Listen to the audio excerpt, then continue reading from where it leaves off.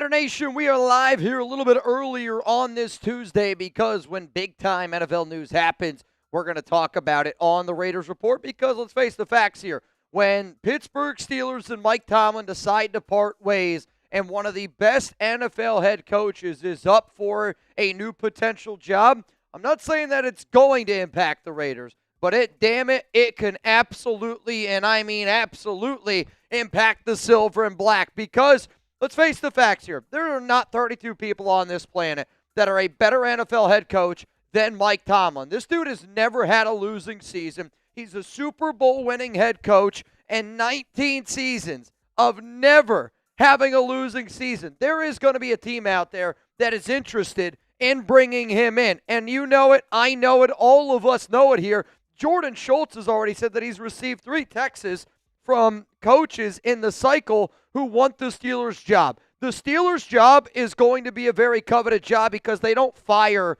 coaches the way that the Raiders do. I think they've had 3 head coaches in their entire existence as an organization.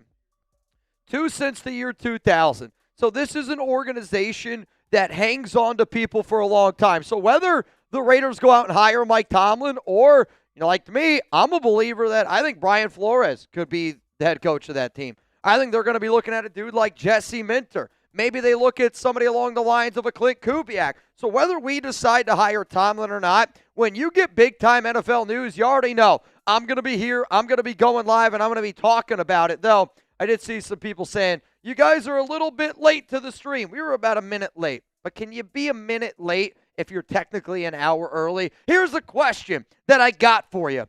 Would you want the Raiders to hire Mike Tomlin? Give me a yes. Give me a no. We're going to give some shout-outs here on today's program. And if you haven't already voted at the live poll, 53% of the votes say no.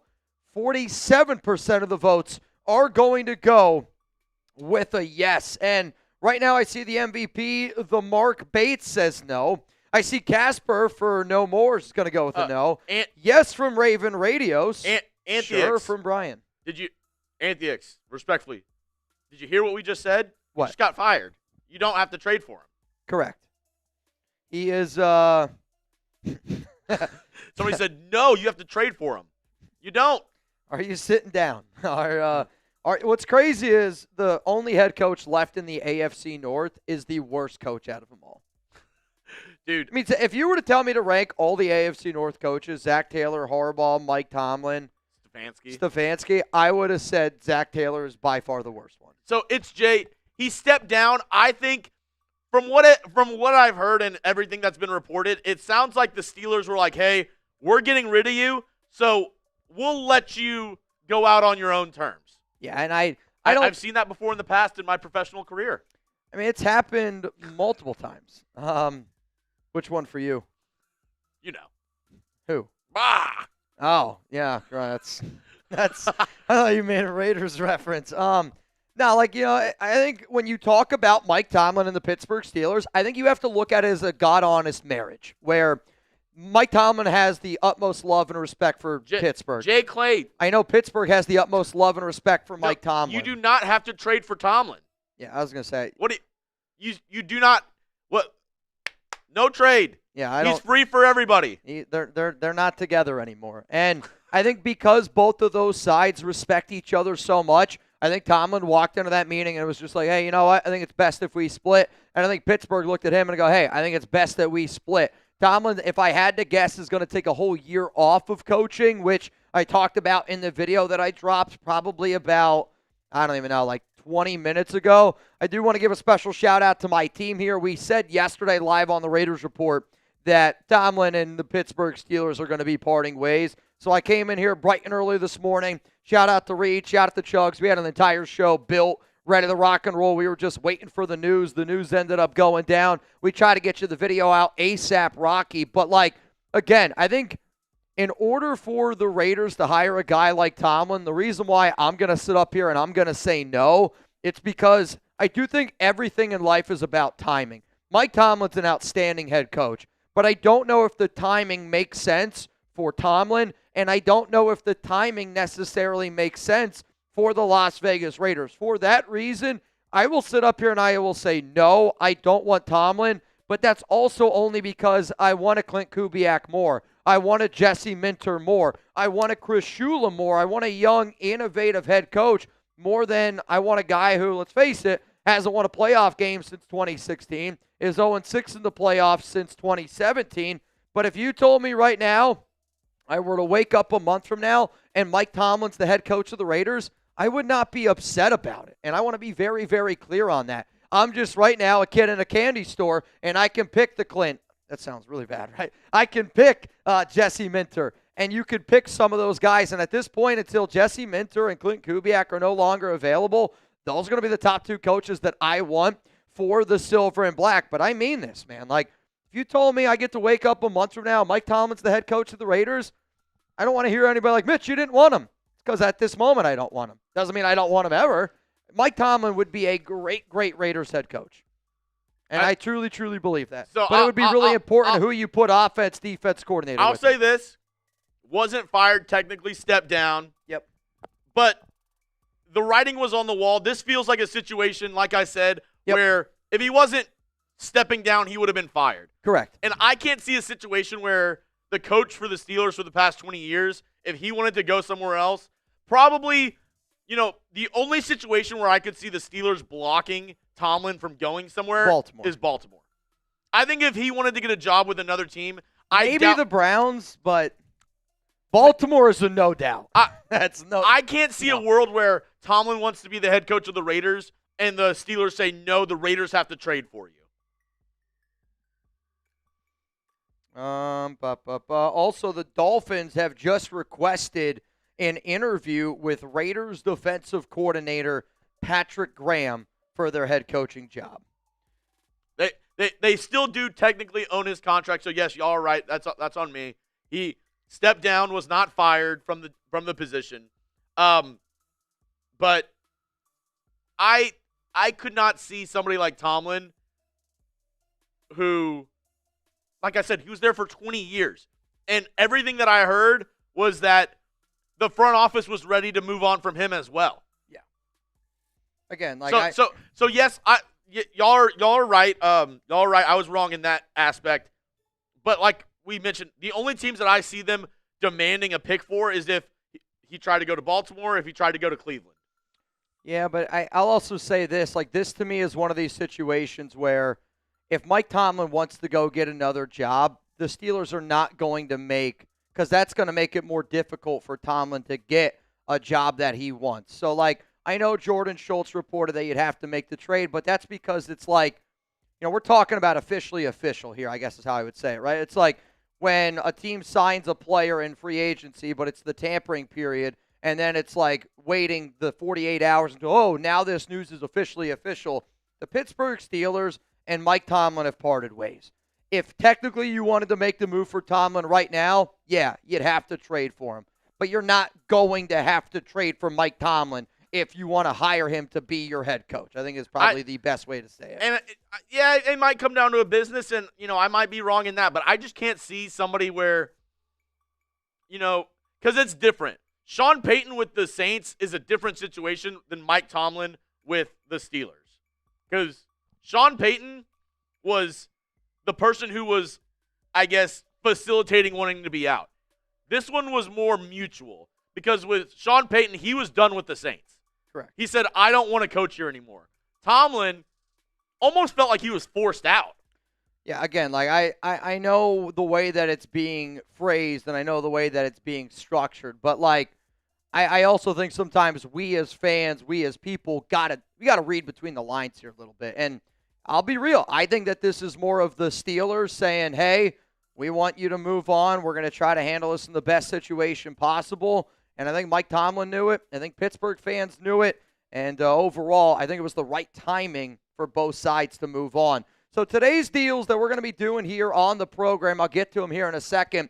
What we're going to be talking about on today's show. Mike Tomlin to Las Vegas. I've already given my 2 cents. We're going to get a lot of questions around it, and if you want to ask me anything in regards to Tomlin, please don't be afraid to fire away. I just want you to also know I've done an entire about 20-minute show on it. It's already out on the Raiders Report YouTube channel. Then, next thing I'm going to talk about, there is a certain coaching candidate that has not been requested yet for the Raiders.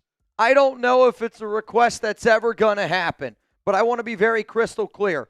There is a certain person that breathes air on planet Earth that if you're the Raiders, you 100% should at least try to request an interview for this coach for your next head coaching gig. And then I get asked all the time on this program, Mitch, what do you think the number one pick is worth in a trade?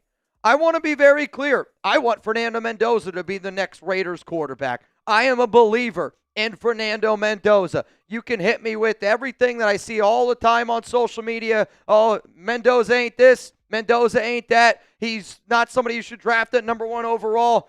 I might, and I'll say this, and I said this yesterday on the show.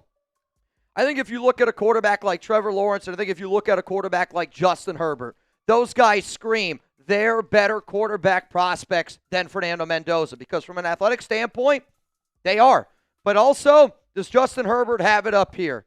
Does Trevor Lawrence, can he win that big game? I know that stuff doesn't always show up in a 40 time. It doesn't show up at the NFL Combine. But for Fernando Mendoza, this guy's got it up here. And when the lights are the brightest and when there's the biggest situation out there, I want my quarterback to play the best damn football possible. Yeah, Herbert's more talented. Yeah, Trevor Lawrence is more talented.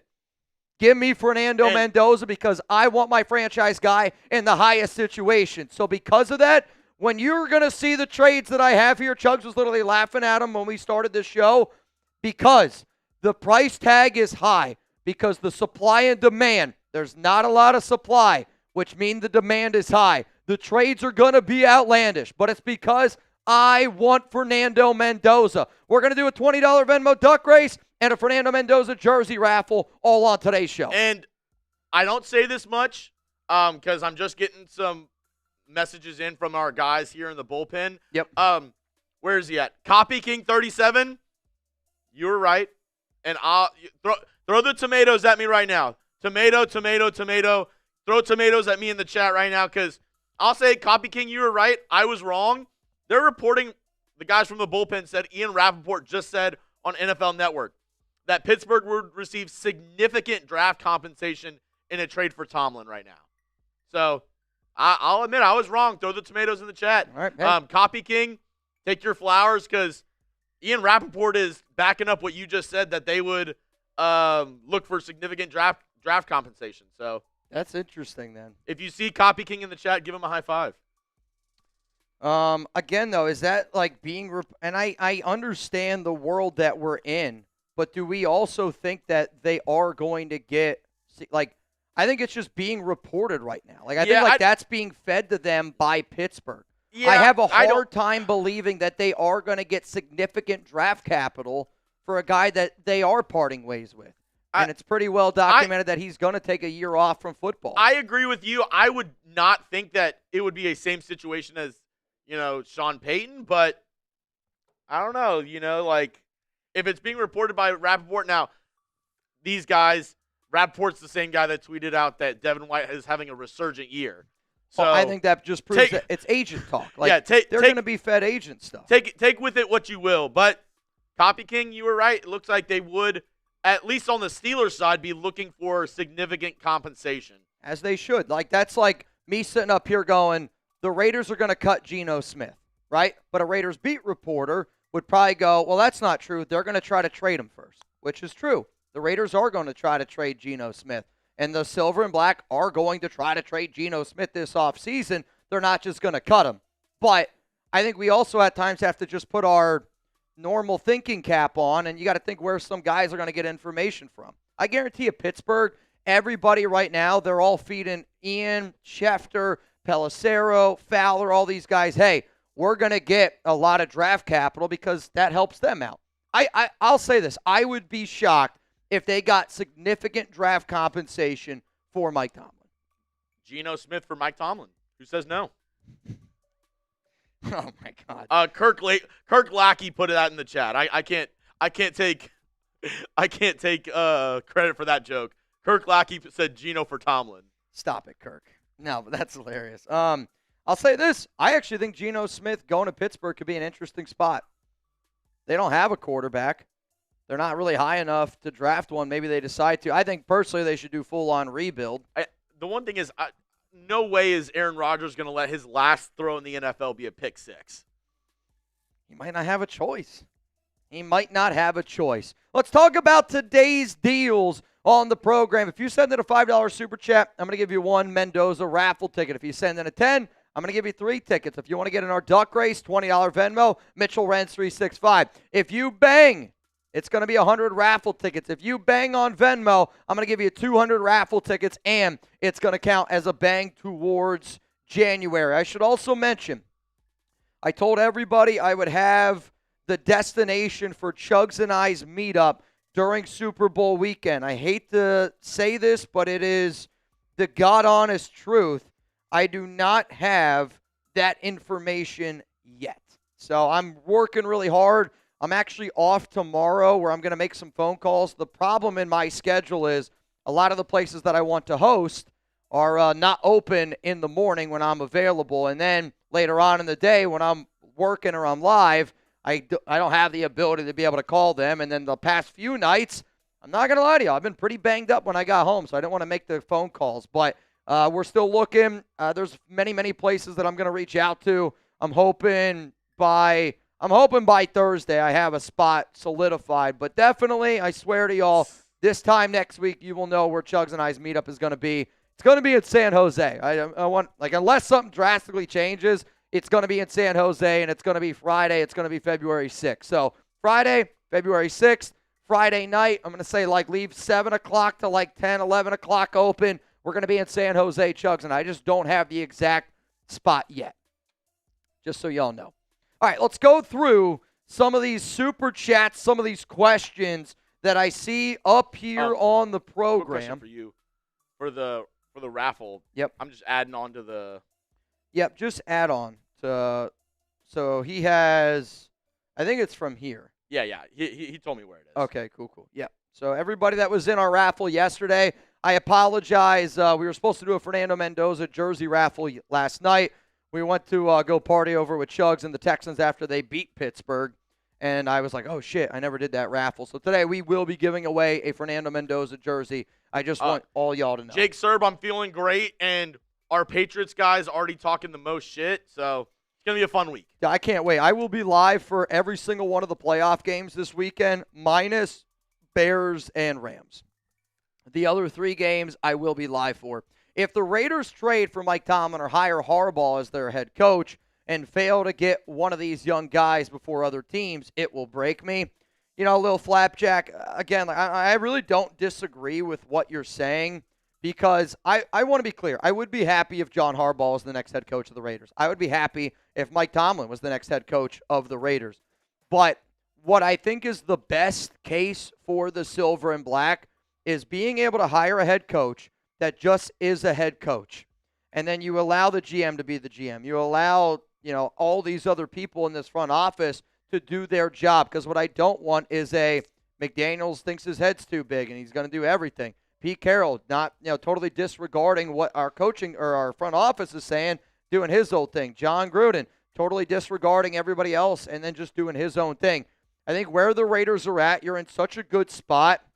It's so important that everybody gets on the exact same damn plan. And I've done a video on Tomlin. I've done a video on Harbaugh. I'm with you, though. I want a young, innovative coach for the Silver and Black. Let's go to John Rodriguez. You already know my answer, Mitch. John Rodriguez says you already know my answer, Mitch.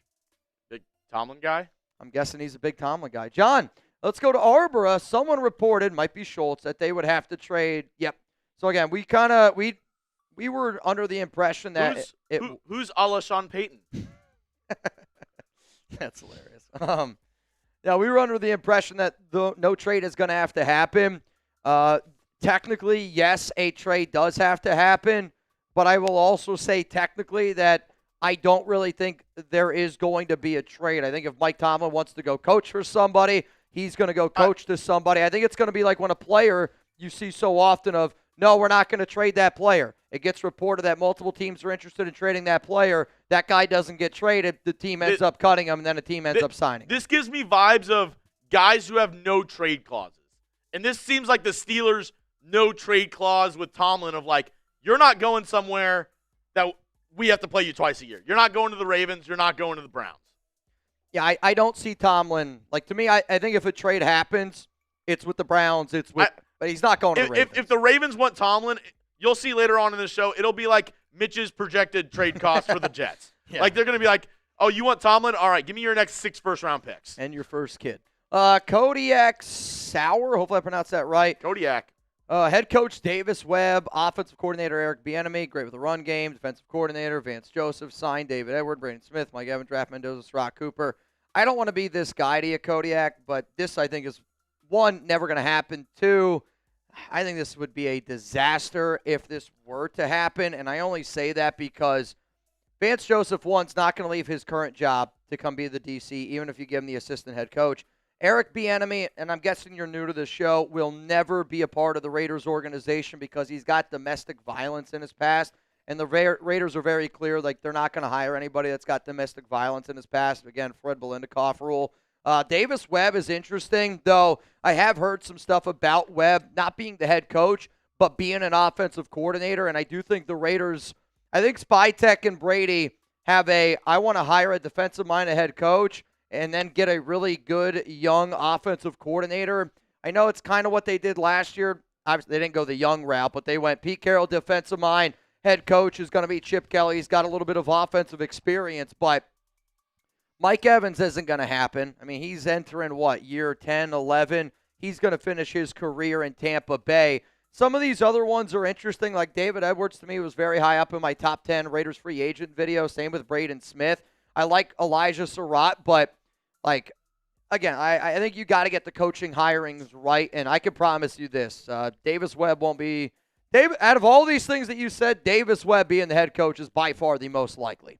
Do you want the Raiders to trade the number 1 overall pick? Let me know down below. Type T for trade, type K for keep, because I hear it all the time. I hear, hey, we got way too many holes to be able to draft the quarterback at number 1 overall. We got to fix this. We got to fix this. We got to fix that. There is a lot of things to be able to fix here for this organization, but also at the same time, I don't know if you're going to get another quarterback like Fernando Mendoza. You can like Mendoza. You can not like Mendoza. I think Mendoza is a really, really good fit with what we currently have, and I think that that's got to be the conversation that we're having here. Now, I'm going to give some shout-outs. I want to be very clear. If you're typing T for trade, I'm not going to be upset with you. In fact, I give you a round of applause for having the balls to just be honest on this show, because that's what I'm always going to be. I'm always going to be my true, authentic self. I'm always going to give you my opinion. It doesn't mean I'm going to be right. Doesn't mean I'm going to be wrong. But, that's how I want this show to go. I want this show to be, you guys give me your honest opinion. I'm always going to give you my honest opinion. I see Daddy Savage says T for trade. Zalesbo's going to go K for keep. Victor Lobo's going to go K for keep. Jake Serb's saying to keep it. TNVG238 says keep it. I mean, right now we are pretty split between keep, between trade. Malachi Muhammad. This is actually surprising to me. How many people are typing T? Well, again, I mean, there are a lot of holes, and there's just also a lot of people that I don't think Mendoza is going to be that guy. You know who is that guy? Oh, my Lord. Harbaugh! Bang! Give that mother effer 100 raffle tickets for a shot to win a Fernando Mendoza Raiders jersey. Let's go, man. Let's go, Mitch. Appreciate everything you do for the nation. 2 questions. Any update on a time for a coach? I think it really depends who you want. If you're the Raiders and you want Jesse Minter and that's your number 1 guy, I think that it could happen sooner rather than later. If you're the Raiders and you want Clint Kubiak, well then, I think there's going to be a little bit more of a timeline. I'm going to talk about a certain coach today on this show, and because I'm going to talk about that certain coach, I would say at the absolute earliest that the Raiders would hire a head coach, and I mean earliest, is this time next week. Because to me, if I'm a believer in Mendoza, and if I'm a believer in Tom Brady, John Spytek, there has to be one person that I'm bringing in for an interview. And I'm going to talk about who that person is today And because of that, I would say at the absolute earliest next week for the Raiders. But then again, if you are truly splitting hairs between Minter, Shula, Kubiak, and those guys are still in the playoff race, they're not going to accept a job if they're still in the hunt. Quite frankly, they shouldn't accept a job if they're still in the hunt. Like, I would actually lose respect for a coach if you took a job as an NFL head coach while your team is still playing right now for a chance to win a championship. I don't want a Lane Kiffin. I don't want somebody like that. I want somebody that's focused on their job until that job is done. And then let's go find a new job. You come over here to the Raiders. If Arch declares, does Brady go away from Mendoza, I want to be very clear. I don't think Arch Manning has any impact at all, like, on anything that the Raiders do. I think Arch is just a name that gets thrown out there.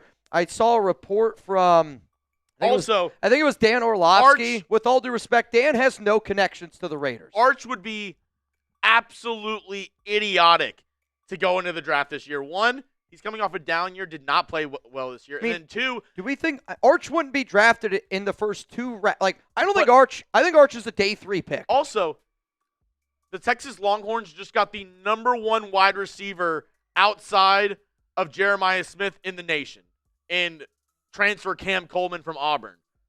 Why would he leave Texas where he has a chance to have the #1 receiver other than Jeremiah Smith, and then Ryan Wingo, who is also a 5-star athlete, as his 2 receivers, go back with 1 more year under his belt, and then possibly be the #1 pick next year? Like, you never know. If Arch balls out, he could be the #1 pick next year, where I agree with Mitch. I don't think he gets drafted in the top 3 rounds this year. I'm telling you this right now. There's no way in hell he gets drafted in the first 3 rounds. There we go. Eagles are moving on from Kevin Patullo. The Philadelphia Eagles have just fired their offensive coordinator, which I think was news that was going to end up happening. I'm not surprised at all that it has ended up going down. The name, though, that you should put here, Arbora, C.J. Carr.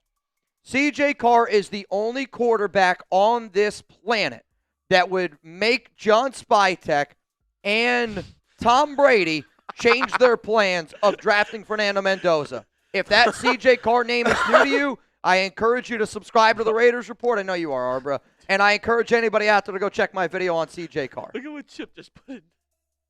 Free. He was clearly not a good coach. Clearly not a good coach. So, Arbora, shout out to you. 100 raffle tickets coming your way, man. If the Raiders trade back to number 2 in the draft, would you consider Carson Beck out of Miami in round 2 or 3? I wouldn't consider Carson Beck at all. And to me, Beck is not a great leader of men. I'm just going off of certain things that have been reported in the past. He's doing a great job in Miami.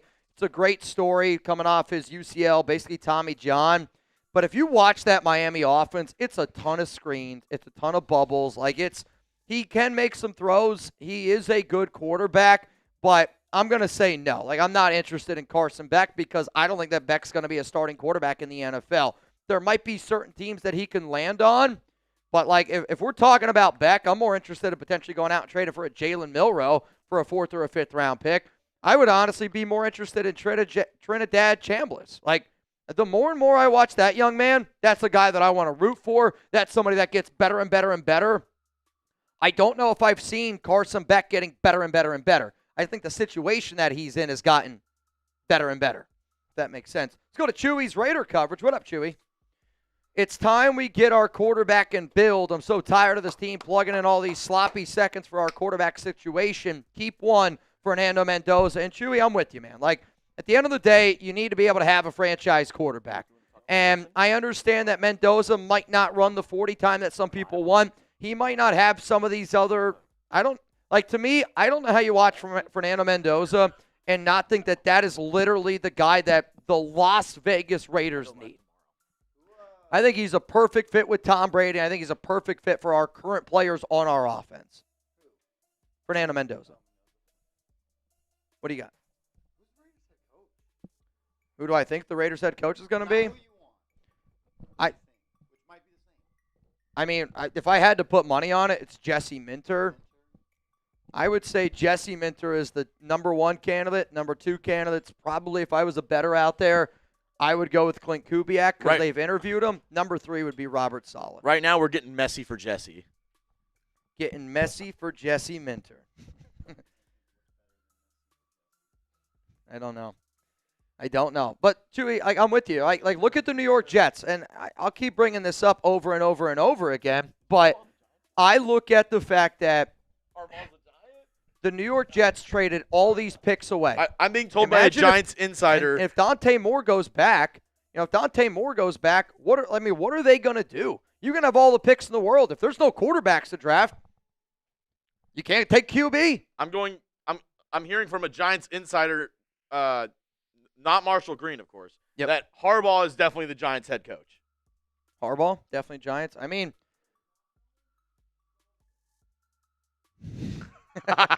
Soul Chef, in my opinion, it would have to be a trade. They don't have to release him. Coach salary doesn't count against the cap. They will likely be fine paying him and letting him sit till his contract is up unless teams offer how much. Who knows? And maybe you're right. To me, maybe you're right. I also think, though, like there is a respect level between Pittsburgh and Mike Tomlin. And if no team is willing to trade for Mike Tomlin, but if Tomlin looks at Pittsburgh and he goes, hey, I want to go be a head coach somewhere else, the Steelers are going to allow him to go coach. They're not going to hold on to him and say, no, you're not going to go coach. We're going to demand a trade. I think that there is another level of respect between Pittsburgh and between Tomlin. I really don't think a trade ends up happening for Tomlin. I'll keep saying it. I really don't think one happens. Jansen, Mendoza, 3 tickets. You have my address. LOL. Raider Nation for life. Raiders. Shout out to my guy, Also, Robert Jansen. Good luck to you, my brother. Somebody in the chat by Raider Chugs, but with a Z, said, been here since the Mizzen and Main days. Wow. Raider Chugs. I mean, Mizzen and Main days is that's literally 7 years ago. That was before me. That's a long time, man. Long time. Alfredo, hear me out. Bro, where'd you get that shirt? Swag always on point. I actually don't even know where I got this shirt. I hate to give you that answer, but I'm like literally trying to think where I got this shirt. I actually don't know. Maybe I got it on Fanatics if I'm being like, it might be, if you go to chatsports.com/Raiders shirts, there might be 2 S's in Raiders shirts like the SS. Yeah. I don't know though. Also, I will say we're about to be dropping a whole bunch of Raiders Report swag that you guys are going to be able to buy. Also, Taino said, is there a current playoff team that we should bring in a coach from one of their coaching staffs? Like a coordinator? Yeah, like a current playoff team right now. I mean, You were talking about Matt Burke. I mean, Matt Burke is interesting. I think he deserves a lot of credit. He's the Texans' defensive coordinator right now. He's been cooking. But, Chris Shula, he's still in the playoffs. Clint Kubiak, he's still in the playoffs. Nate Shieldhouse still in the playoffs. I mean, anybody from the rant, right? Like, the Raiders have requested to interview multiple coaches that are still in the playoff hunt. So I think it really just comes down to who is the guy that the Raiders want the most. But there are multiple coaches that will, like Robert Saleh, again, there are multiple guys. I think we got 2 more super chats, and then what I want to do is I want to get into our very first segment on today's program, and it is around a certain coach that the Raiders have to interview. Or you at least got to try to interview him, because I don't know if he would accept the interview. I don't know if he would even be allowed to accept the interview. But in my personal opinion, if you don't reach out and you don't try, that is a failed job by Tom Brady and John Spytek. You got to try. In life, if you don't try and you have the opportunity to try, like to me, if you got a guy like Tom Brady with your organization, that's a wild card in terms of nobody else has Tom Brady. And I think if you were to ask 100 people who is the number one person that, like who's the number one football person that you'd want to sit down and meet, I would like to imagine Tom Brady is the most common answer. Yes, no, and because of that, I do think that you get extra doors, extra opportunities that maybe some other teams do not get. So I want to use that Tom Brady card, and I want to play it because if you're the Raiders, you should try to play that card Tony Delgado, shout out to you, man. Which, Tony, you sent in 2 of these, so I just gave you 1 ticket. Shout out to Tony. Jeff, don't know if you talked about it yet, but I heard Flores interviewed and is now a front runner for Baltimore head coaching job. What days are all interviews set for the Raiders? So I actually talked about this a little bit on the show that I just released. Jeff, he did an interview for the Baltimore job, and I'll say this. I think I made this statement on the show that I just did. I don't think that Brian Flores is going to be coaching for the Raiders, and I want to be very clear on that, but I say that because I think the top 2 teams most likely to hire Brian Flores, and if Flores was smart and if his agent was smart, he would say, I want to go to the Steelers or I want to go to the Ravens. 2 people that are known for hiring defensive-minded coaches, and Flores has got Baltimore ties. Flores recently coached in Pittsburgh, I want to say back in 2022. And if he was smart, again, you get those 2 organizations going up against each other, supply and demand, his price tag's going to go up. I would say personally the only way Flores is coaching for the Raiders is if we missed out on a few other candidates and if he was open to the idea of potentially being a defensive coordinator. His contract runs out tomorrow. So his contract runs out tomorrow for Minnesota. He's a very similar situation as Patrick Graham. Patrick Graham's not going to come back. Flores, I think, should go back to Minnesota. He's done a great job there. But if you're Brian Flores, you could look at the Raiders and go, hey, you gave Patrick Graham a $1 million raise last season. You gave Chip Kelly $6 million. PG was at 4. Chip Kelly was at 6. Can you give me $7 million to be one of the highest paid defensive coordinators in the NFL? That's a job I would entertain. I don't know if some players on our team would like it, but I do know this. Like, he's got a good connection to Tom Brady. But I agree with you. I personally think Flores is with Pittsburgh, or he's going to end up going to Baltimore. Which I have heard a lot of people being like, oh, well, will he mesh with Lamar Jackson? I don't think that'll be that big of a problem, but I don't really know. You know, like, Flores rubs some people the wrong way down in Miami, but I also don't really think Flores got the fairest shake down I think there. he has a lot more in common with Lamar Jackson than Tua Tagovailoa. I mean, I'll tell you this. Lamar, I think, is a dog. Tua is, I don't know. There's another word I was going to use. I'm not going to use it. Doug, who gets to hire the new coordinators, the new head coach, or Brady and Spytek? It's going to be everybody. Brady and Spytek are the ones leading this charge, and they're going to be the ones that it's going to be, you know, I think, honestly, in those interviews, it's what's your plan? What is your plan for the Las Vegas Raiders? And if it aligns with what Brady wants and if it aligns with what Spytek wants, then that's going to be somebody that gets the gig. Where I think ends up really, truly going down is the other coaches, the offensive line coach, the quarterback coach, maybe the running back coach, the wide receiver coach. That might be a little bit more up to the head coach because that's why you're bringing him in, so he can build his staff overall. But I would say it's all 3 of them. And a video that I thought about doing today, but just so much other stuff happened around the NFL, and it will be a video that I get you guys, is I'm going to look at every single Raiders coach that we have requested to interview.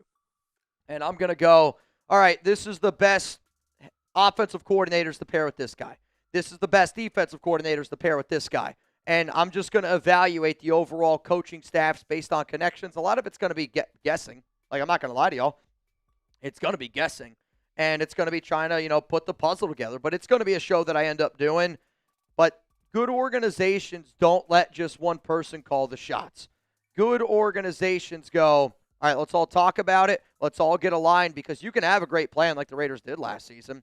But if you hire the wrong coach and he wants to do his plan because he doesn't give a shit about your plan, well, then you look like the Pete Carroll Raiders. Let's go to DJ. What up, man? What? 2 of the starting wide receivers for the Buffalo Bills tore their ACLs up against the Jags.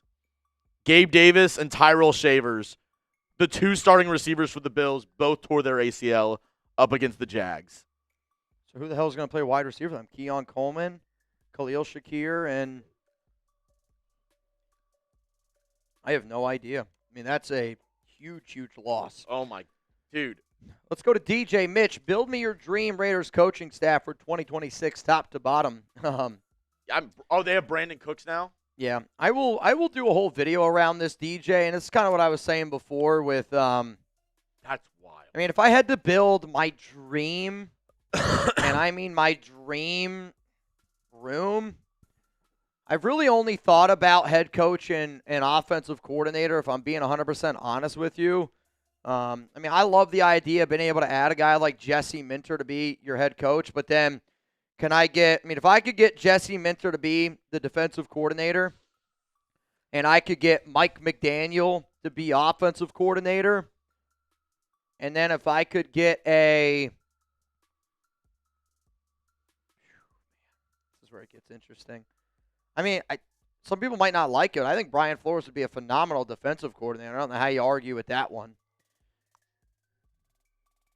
PG's got to go, in my opinion. I'll think about this one a little bit more, though. I'll think about this one a little bit more. You asked who's going to be a wide receiver for the Bills? Yeah. You know who's on the Bills practice squad? Former Raider legend. Former Raider legend. And I'll say this. Is he old or young? I would say middle, but I'll give you a clue. He's somebody who was on the Raiders in the past couple of years, and you did not give him a single shot to make the team. Ended up making the 53-man. Christian Wilkerson? Okay. Shout out to Christian Wilkerson, man. That when you said that, the names that I instantly went to were either Keelan Doss, Christian Wilkerson. Those are the first two that y'all popped saying up. Matt Collins in the chat. He's actually with the Patriots and also suffered a season-ending injury. Oh, I would have loved to bring back Matt Collins. Suave. Raiders receive Jets pick 2, 16, 33, 44, and next year's best first-round pick. Jets receive our number 1 pick. Do you do it? No, it's not even close. It's not even close to what I would want. If they offered me this, I would laugh in their face. I'd hang up the phone, and I'd tell Woody Johnson, you can go F yourself. God family, Raiders for life. Am I the only one connecting the dots with 4 Rams coaches getting interviews? Seems like they're interviewing for multiple coaching positions for us. And this is kind of what I said in one of my videos I did the other day where, the Raiders brought in Matt LaFleur. They brought in Chris Shula. They brought in Nate Scheelhaase. And they also brought in, I feel like there was another name in there from the Rams. But, to me, Nate Scheelhaase is an interview. Yes, he was brought in for the head coaching job, but I really think it's more of a offensive coordinator job. Just like Davis Webb, when the Raiders brought him in, he was the first interview. When you remember last week, he interviewed on Wednesday, and then it was Vance Joseph, Matt Nagy, Kevin Stefanski were Thursday, Clint Kubiak Friday. I think if you're the Raiders, you're stacking certain interviews that way because, you're trying to just get a better feel for some guys. But at the same time, though, if you are a Raiders organization, any organization out there, I don't know how the hell you don't interview more people underneath the Sean McVay tree because that tree has been able to show that you're going to be a young, innovative, and a damn good coach. But I agree with you. I think what the Raiders are trying to do right now is they are trying to see, are you available here? Would you be willing to do this? Because Salah's got a lot of really good ties with LaFleur. And I do wonder if Saleh would be this Raiders head coach, could they bring in Mike LaFleur over from the Rams? I get it, he's already the OC, but he could call plays here for the Raiders. And that would be a really good opportunity for him. And then who knows? Maybe you bring in another coach there from the Rams. Tony Delgado, what's going on, man? Taught on trading the first to the Jets for 3 firsts and a player.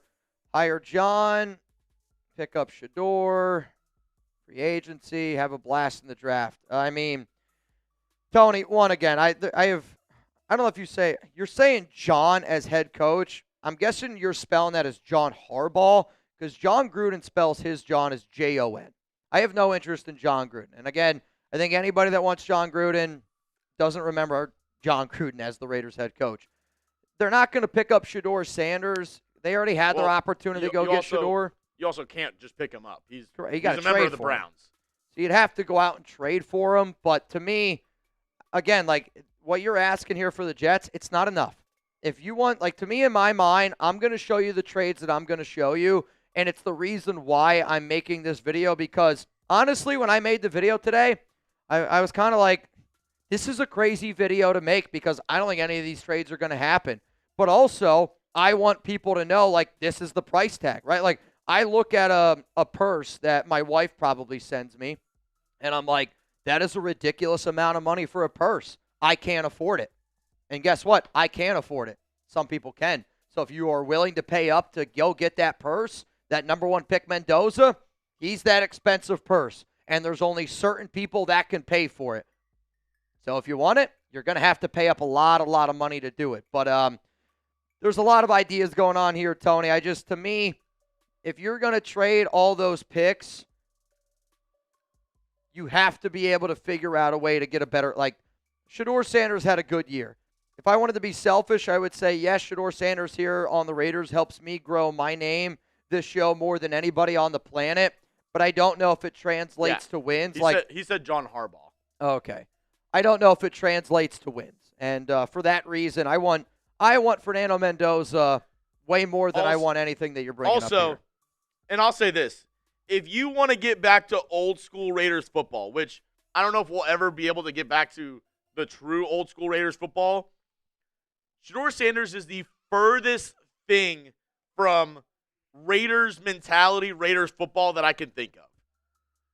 Like, I'm sorry, maybe I'm just too much of a Shedeur hater at this point and have my, flag planted in the ground, but I don't know. I mean, we get mad at Geno for flipping the bird. We get mad at guys for acting immature. Could you imagine after a Raiders loss if we went to the post-game press conference and Shedeur Sanders was acting like a mime in front of Raiders media? I'll say this, though. I also want to give Shedeur some credit because I do think there are times he has handled really difficult questions. I do think he has handled that situation. I think he's handled it better than I thought he would. But I also know the distractions and the off-the-field stuff with Shedeur is going to be a big part of the conversation. And I want a quarterback like Mendoza because I don't think you're going to get all those other off-field distractions. And if you believe in this staff, Tom Brady was the mentor for Shedeur. The fact that they passed on him the amount of times that they did, I think that tells me everything that I already knew. The Raiders really were not interested in Shedeur Sanders. So because of that, I'm not entertaining the idea of it. But it's an interesting question. I do not want Tomlin. Give me Minter or Kubiak. Tomlin is too much money to give to the Saints for his rights, and I am not willing to trade anything for him. You mean Steelers here. Yeah. Again, I really don't think that a trade ends up happening. I think it's more just dotting I's, crossing T's from an official standpoint. But I also agree with you. I wouldn't be upset if Tomlin was the coach. But to me, there are other people out there that I think just make more sense for the 2026 Las Vegas Raiders. And I'll leave it like that. M. Reezy, given strength of schedule, will the new coach get more leeway? I don't think strength of schedule has anything to do with the leeway. The reason why the new coach is going to get leeway is because he's going to draft Fernando Mendoza. If you're a coach that's worried about, oh man, the Raiders hire and fire guys more than anybody, go draft your quarterback. If you draft Fernando Mendoza, you're safe for the next 3 years because you're going to have time to develop that guy. And you're going to have time to be able to say, hey, I want to be able to take my quarterback and I want to be able to develop him. Like, if I'm going into that interview with the Raiders, I'm looking at them and I'm going, the only way I'm taking this job is the only way I'm doing this is if you guarantee me I get 3 years with Fernando Mendoza, because if I'm drafting a quarterback number 1 overall, you got to let me build him. You got to let me build a team around him. I actually think that gives them the most leeway. Doug Sherbert, what's going on, man? No, that's an old one. Sorry. You're okay. I should also mention this. If you want to get in our duck race, it's a $20 Venmo. If you could check the message I sent you. Rustin Long, David Ward, Mark Call, Jesus Franco, Victor Lobos, LA Crash Dog, Justine Gonzalez, Chadwick Howard are all in this duck race. It is a $20 Venmo at Mitchell Renz 365. Also, David Ward, can you give him 3 extra tickets for the Fernando Mendoza jersey, please? Yes. He also sent that to me. Shout out to you, my guy. The best deal that I have for the nation, I would say, on today's program, $100 Venmo counts as a bang, and you're going to get 200 raffle tickets for a shot to win a Mendoza jersey. The MVP of yesterday's show during our tailgate was Mark Call. Mark Call is trying to get this Mendoza jersey. Mark Call! Bang! down on it. Get down on it. Mark Cole from the top rope. Give it to me, Mark. Give it to me, Mark. Let's go, dude. Let's go, dude. Mark Cole from the top rope. Getting after it. 200 raffle tickets to my guy, Mark. Get 200. down on it. Bam, bam, bam, now. Bam, bam, bam, Also, now. Mark made me chug some Four Loko last night before I got off and sing closing time. Yeah, I'll say this right now. I was a hurting pup last night. I was also a hurting pup on Sunday. I feel a lot better today. That's probably because we got Celsius back in the studio, which helps. But man, oh man, it's been a wild last few weeks. It's been a wild January. It's been a wild 2026. 2026 is off to a very, very hot start. Reezy, do you think Spytech would try to move up to take Reese in the top 5? Texans, CJ Stroud, you're obviously the number 1 overall. The only difference is the Texans that year had the 2nd pick, and they also had the 10th pick. Yeah. So they moved up from 10 to 3. The Raiders don't have another pick in the first round this year, so they would have to move all the way up from 36 to probably 4 or 5. That would mean the Raiders would be giving up one of their first-round picks next year. Correct, and I'm not doing that. And the Texans, the reason why they were able to do that is because of the Deshaun Watson trade. Yep. They had an extra first-round pick that year, an extra first-round pick the year after as well. So, to be honest with you, I think the only way that this scenario in your mind here happens is if Dante Moore declares for the NFL draft, the Raiders and their team go, you know what, no matter what, we're going to try to develop a quarterback. Dante Moore, someone might argue, has a higher ceiling than Fernando Mendoza. To me, I'm Team Mendoza no matter what.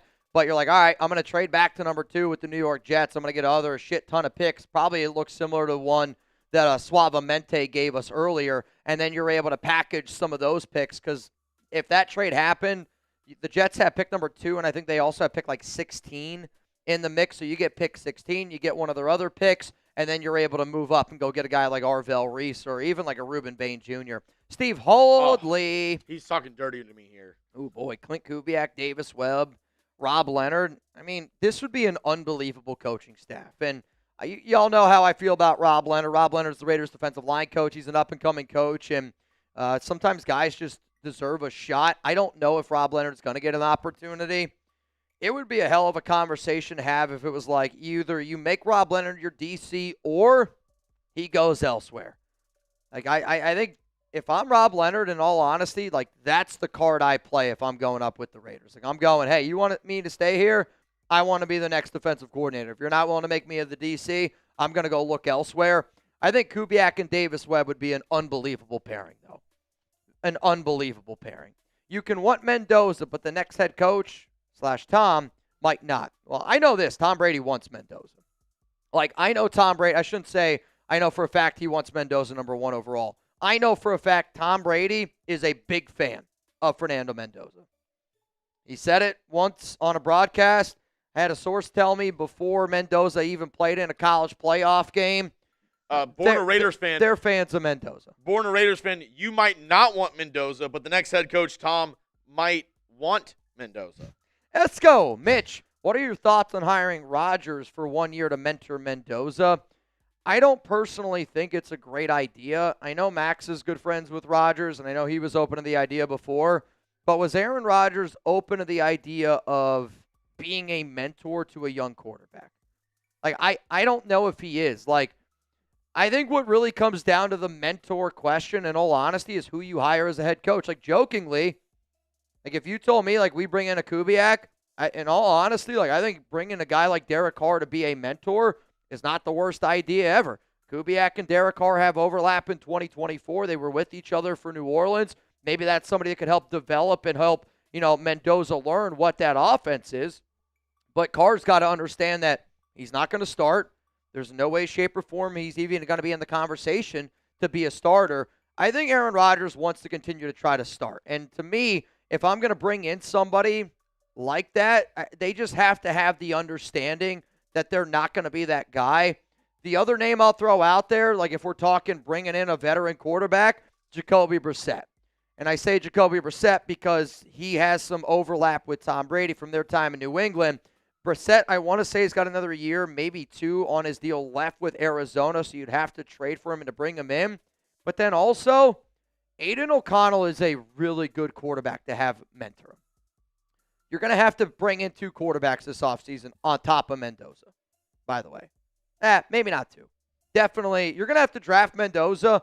You're going to have to add another quarterback on top of that because you don't got Cam Miller. The only QB you have on your roster entering this offseason is Aiden O'Connell. Gino's gone. Pickett's a free agent. Cam Miller got claimed. You're going to have to draft Mendoza, Aiden O'Connell, and then you're going to have to find another guy to add into that mix.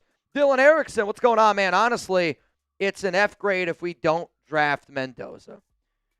I don't want to say it's an F grade because one of the trades I'm going to show you is so out of bounds. I don't think I would give it an F. And the only way that you'll know, the only way this ends up being true is if Mendoza goes and wins the Super Bowl elsewhere. And that's maybe the only other way. But I agree with you. I don't know how you pass on the guy. Whoever we get as a coach, should they build our defense mostly free agency or the draft? The reason why I'm going to go with the draft answer here is because in my personal opinion, I'm going to spend a lot of money on offense because when you look at your past draft, Bowers, Genty, that's your investment. Mendoza, that's your investment. So that means your last 3 first-round picks, all on the offensive side of the football. Yes, we have over $100 million. We need offensive line help. We do. We got to invest in the trenches on the offensive line. I also would sit up here and I'd go, let's go out and get a guy like Alec Pierce because we need to be able to add another receiver for our young quarterback in Mendoza because if you draft a receiver, we still got to draft one, but that's a lot of young faces in that wide receiver room, and I want to make sure that Mendoza's got, a little bit more of a veteran presence. So because I am a believer that they're going to draft Mendoza, I'm going to spend a lot of my money more on the offensive side of the football and free agency, and then I'm really going to stock up in the draft because I think when you have that plan, you can look for certain players in the draft and say, that guy fits what we're doing, that guy fits what we're doing, that guy fits what we're doing. You still need to be able to resign some players. Like Eric Stokes should be a player this team tries to bring back next season. Noodles, what's going on? What round does Indiana wide receiver Elijah Sirocco? I think he goes in the 2nd round. I'll say this. I'm not going to say round, but I'm going to say he goes between picks 18 and 50. I think that is the range. He's late first round in the late 20s, or he's in the top half of the 2nd round. Because he's got to test well at the combine for me personally to go in round 1. I don't know how well he's going to test. To me, when I watch Elijah Surratt, now if you take, he reminds me a little bit of a Devontae Adams where he's not the best athlete from what I see. But you want to talk about being a great receiver? I'm saying he's a phenomenal receiver. One of the guys who maybe has some of the best ball skills of going out and catching it, not body catching it, but using your hands to go out and grab the ball. Body control, being smart, running the route tree, knowing where to be. Elijah Surratt and Fernando Mendoza, again, those guys might not be the most athletically gifted, but when you're just a really smart football player, it shows up in so many other ways. It does. The Texas Tech linebacker, Rodriguez. He's probably not going to have very good combine. He's always around the football because he's just a really good football player. Look at a guy like Max Crosby. Max Crosby, when he was coming out, was not the greatest athlete. He's still not the greatest athlete. Jeff Leptic, but he's just an unbelievable football player. Jeff Leptic, I actually love that comp. What? He said Surratt reminds him of Nico Collins. I see that. I like it. Mario, Mitch, would you trade Max for Kyle Shanahan? Yes. I would. In a heartbeat. And it's crazy. The 49ers laugh at you and hang up if you offer this. I agree with. That's no doubt about it. Look at how many injuries San Francisco has, and look where they're still fighting for a playoff spot. Speaking of that, Fred Warner back at practice this week. I did see that. Crazy, crazy, crazy. Rebel, get Mendoza as Marsh wants us to go home. 100K subs. Yeah, congratulations to our Giants show here. He's what? Is it the 8th, 9th? 10th. 10th. And it's actually, I almost wonder if 10th channel here at Chat Sports. I almost wonder if he got rid of some subs or did something to become the 10th channel because he wanted that badly because of Eli. Best scenario, Mendoza, Chambliss, and Taylon Green. I actually had Taylon Green in my recent mock draft. Like, I watched that kid. That's somebody that I'd want to try to develop. That defense was terrible for Arkansas. He showed some really good flashes of just being an incredible, and I mean an incredible athlete. But that's a kid that needs like 3+ years to really, truly develop. But I'm with you, John. If you told me the Raiders draft Mendoza and then they draft Jalen Green really late, you got a guy like Aiden O'Connell that can help both those young guys materialize, I think it's interesting. Daniel, been watching since 2020, Mitch. We've been through a lot, but having the first pick, it's exciting times for us. We deserve it, and I can't wait to celebrate. I can't wait to celebrate a Super Bowl. I want to be able to get to the first overall pick first, but Raider Nation does deserve it. And what's funny is I literally had a conversation the other day with somebody, and they're like, who do you think's been the best Raiders head coach in my time since covering the team? The real answer, honestly, is Rich Bisaccia, if we're also going to add interim head coaches in their time. But you could also make an argument it's Pete Carroll, because Pete Carroll got us the number 1 overall pick, and he beat Kansas City in 2026, right? Like, Josh McDaniels didn't get us the number 1 pick, and Antonio Pierce didn't get us the number 1 overall pick. It's a sad statement to make, but I could make the argument that Pete Carroll's been that best guy. But that's also why, I think you got to draft a Fernando Mendoza, because the NFL proves me this. If you don't have a franchise quarterback, it's really, really hard to be able to win in this league. And I think Mendoza is a franchise quarterback. He might not have all the tools right now, but a franchise quarterback's number 1 job is to win football games and make everybody else around him better. That's what Mendoza does. And if we're talking about the highest of ceilings of Mendoza, you can laugh at me for saying Tom Brady, but Mendoza's got a lot of Tom Brady in him. And when Mendoza says, hey, pause. How much of him? When Mendoza says my idol, he obviously said his parents, but then he says my football idol's Tom Brady. I'm ready for Mendoza and Tom Brady to freaking run this thing, man. Mendoza is the clear option unless you get a Godfather offer for number 1. And even then, I don't want to pass the opportunity for Rocky to train Adonis Creed. It's a hell of a reference there. And Daniel, Adonis. What did I say? Adonis. What is it? It's Adonis. Adonis Creed? Isn't there one? So Adonis is what? It's a mythical. It's like the god of. Maybe I'm crazy. God of pillaging? I don't remember. But I think you're going to like my trade video, because the trades you're going to see are so ridiculous. Like I'm telling you right now, as somebody who made the video, someone who built the video, it's the trade show you're going to see what I want for the number 1 overall pick. I made the comp in my video. It's like toilet paper during COVID. There were people spending hundreds of dollars on toilet paper. Guess what? I'm going to want hundreds of dollars for toilet paper. Stabler, Mike Shanahan, offensive coordinator, Robert Saleh, head coach. I have no interest in Mike Shanahan. I mean, if you're going to go that trade, you should go Mike McDaniel, OC, Robert Saleh, head coach.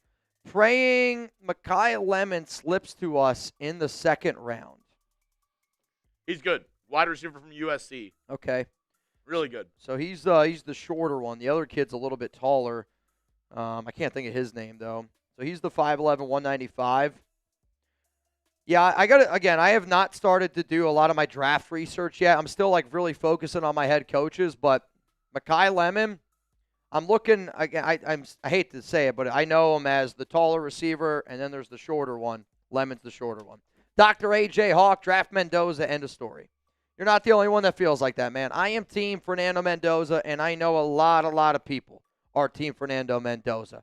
So I saw we just got a super chat in, but I do want to get into my first segment here on the Raiders Report. If you're wondering, Mitch, why did you go live early? We went live early today because major breaking news in the NFL happened. Mike Tomlin and the Pittsburgh Steelers, they decided to part ways, though technically Mike Tomlin ended up being the one to step down. So to me, that was big news. I knew a lot of people were going to be asking me about it. The fact that we right now have over 1,000 people here in the building tells me that, yeah, I think that was a good guess here by Chugs and I to go live a little bit early. So to the 1,000 people that are here, if you haven't already, make sure you guys click that like button. Believe it or not, It does really, truly help us. I know I ask a lot of y'all, comment down below, subscribe. I ask a lot, but that's because I'm not afraid to ask y'all because I feel like we've been able to build that relationship here on this channel. Just like, I hope that you're not afraid to ask your wife for something. Hope you're not afraid to ask mom and dad for something. Hope you're not afraid to ask your kids for something. Hope you're not afraid to ask a friend for something. At the end of the day, you should be able to have open conversation. I love the conversation we always bring to the table, but I'll also say this. If I could help out y'all, I would do it. I try to do it every day by making free content. So if all you could do is hit that like button, comment down below, and interact with us, again, man, it does really, truly, truly go a long way. I'll tell you who's in the duck race after this show, and then we will get back into answering some of these super chats. But there is a certain person that the Raiders need to interview for their head coaching job. And coming up here on today's show, I'm going to tell you who I think that person is. You ready to rock? Y'all ready to rock? Coming up, let's talk about, it's GLD. Okay, sounds good. Cool. I just want to make sure. All right, y'all, let's talk about the head coach that the Raiders need to at least request to interview.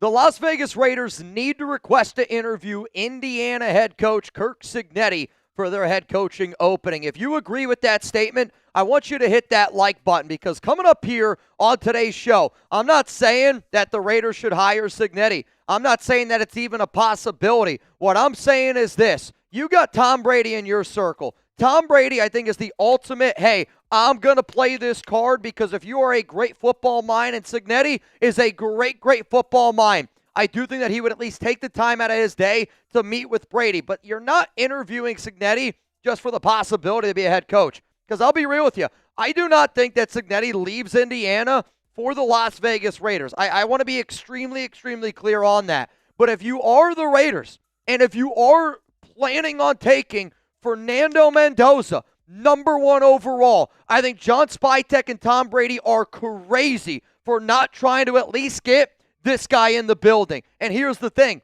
You're probably not going to be able to get him into the building until next week's national championship game, which is going to be on the 19th. We will be live for it. And if you got to wait to do it, that is okay with me. You got to try, though, to submit a request to get Signetti in. If he denies it, so be it. But you at least got to try. So there's been rumors circulating around the Raiders and around social media that the Silver and Black should try to go out and get Indiana head coach Kirk Signetti to be their next head coach. I've been asked by my boss, I've been asked by y'all, and I've just been asked so many times, Mitch, should it happen?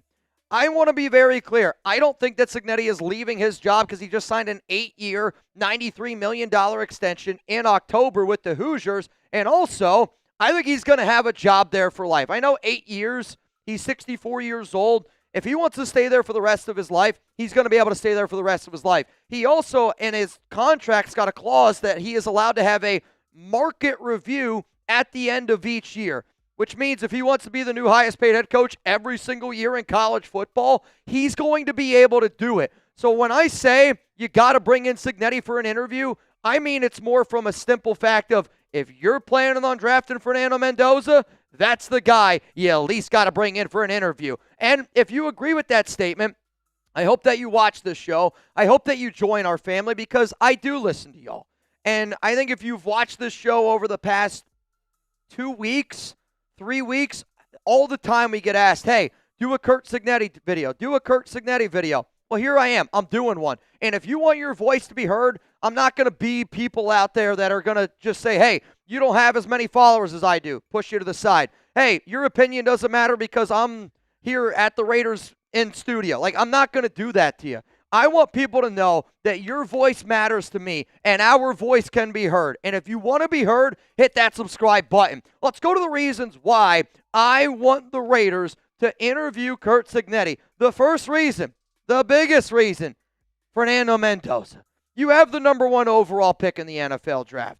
I think it would be ludicrous. I think it would be malpractice. I think it would be almost a fireable offense for the Raiders to not at least try to sit down with Signetti, even if that means Mark Davis has got to fly Signetti in with Tom Brady, with John Spytek, and just try to get a dinner together. It might not even be an interview. Interview might be a bad word to use for this video because I don't know if Indiana would even allow him. I don't know if Signetti would even entertain the idea. But even if you can't hire him, you got to pick his brain. I want to know what Fernando Mendoza wants to eat before game days. I want to know how Mendoza likes to prepare. I want to know what type of receivers he's looking for. I want to know what type of questions he's going to be asking because Signetti helped Mendoza be the best version of himself. And I'll never forget the quote. I don't remember it exactly, but I will never forget the quote of Mendoza saying why he decided to pick Indiana and why he decided to join Signetti with the Hoosiers because he was originally at Cal. And there's been a lot of good quarterbacks from Cal. Jared Goff, Aaron Rodgers. But he decided to pick Indiana, and he decided to go with Kirk Signetti, and he said to be the best version of himself. If you're the Raiders, you're hoping that you get the best version of Fernando Mendoza. So how did Kirk Signetti get the best version of Fernando Mendoza? That's the answer I'm trying to unlock, and it's probably an impossible answer to unlock. But if you don't try and you have the number 1 overall pick, and you got a guy like Tom Brady, I think Kirk Signetti would love an opportunity to have a conversation with Tom Brady. And I think Tom Brady would love to have a conversation with Kirk Signetti. Let's go to the next reason here why you should try to get the interview with the Indiana head coach. He's the best head coach fit with 1-5. If you don't know who 1-5 is, it's Mendoza. And that's where you really got to consider who your next hire is going to be for the Raiders. Like, if you don't think that Jesse Minter is a good fit with Mendoza, can't hire him. If you don't think Clint Kubiak's a good fit with Mendoza, can't hire him. Whoever your number 1 coach candidate is, you have to believe in your heart of hearts that is the best head coach fit with number 15, or that head coach is going to be able to bring in an offensive coordinator that is the best fit with 1-5. And Kirk Signetti recently said something, and I want to be able to show you this quote because, to me, that's a head coach that knows what is best for his quarterback and knows what is best for Mendoza. I was very excited that we got him when he went into the portal. It didn't take me long in terms of plays. When we got him, he was a little behind in the pocket relative to where I thought he would be in terms of footwork, timing, rhythm, and processing. That took a little bit of time. We had a new quarterback coach also, but the development he's made, I can't say enough great things about him. He competes like a lion. He plays his best when the game is on the line. His legs have been invaluable. He can make all the throws. Extremely intelligent. I've never seen a guy prepare like him. That's why he's put together the kind of year he's had. And if you've watched Fernando Mendoza and you look at the tape from Cal and you look at the tape where he's at now, he's gotten significantly better. And I say all the time on this show, if you want a quarterback, yeah, you need to be able to have physical tools. But, bro, man, you got to have it up here. You can be as athletic as Trevor Lawrence. You can be as athletic as Justin Herbert. And if you were to compare Fernando Mendoza, Justin Herbert on a board, everybody, I bet, would say Justin Herbert's the better quarterback. And from an athletic tool standpoint, Justin Herbert is. But Herbert chokes in the biggest situations. There are certain things that do not show up on a stat sheet. There are certain things that, you know what, don't show up at the NFL Combine. But Fernando Mendoza's got it up here. And if he has shown you the ability to get better and better and better and better, why you as an organization wouldn't try to bring in the coach that helped get the best version of Mendoza and got better and better and better? I want the Raiders to bring in Kirk Signetti because I want the best version of Fernando Mendoza. And so should every member of Raider Nation. So you tell me right now, go down in the comments section. This is going to be the pinned comment, and I'm sorry that I'm yelling. I'm sorry I'm a passionate dude. But I've sat up here on this show wanting a franchise guy, and I think we have the opportunity to take him number 1. I just want to make sure we hire the right dude because we haven't hired the right guy since I have been a part of the Raiders Report. So, who is the best head coach for Fernando Mendoza? Let me know down below. My answers are coming up here after this YouTube ad break. To me, there's 3 names. You can't argue Signetti. Signetti's been able to show you that he is the best head coach for Fernando Mendoza. Now, here are the other names. I'm going to go Clint Kubiak, Seattle offensive coordinator, because when you look at the offense that he runs in Seattle, with what we have in Ashton Genty, Brock Bowers, we're going to be able to build this offensive line. Clint Kubiak under center with Mendoza, with what kind of like the offense Sam Darnold's running right now, makes all the sense in the world. The reason why I'm going to throw in Jesse Minter is because based on sources I've talked to, the Raiders' plan with Tom Brady, John Spytek aligns the most with Jesse Minter. If you're going to bring in a quarterback like Mendoza, there's got to be structure. There has to be a plan. And I think that the plan and the structure is a little bit more together with Minter than it is with somebody like Kubiak. But if you're the Raiders and you're sitting there going, Kubiak, Minter are the best coaches for Mendoza.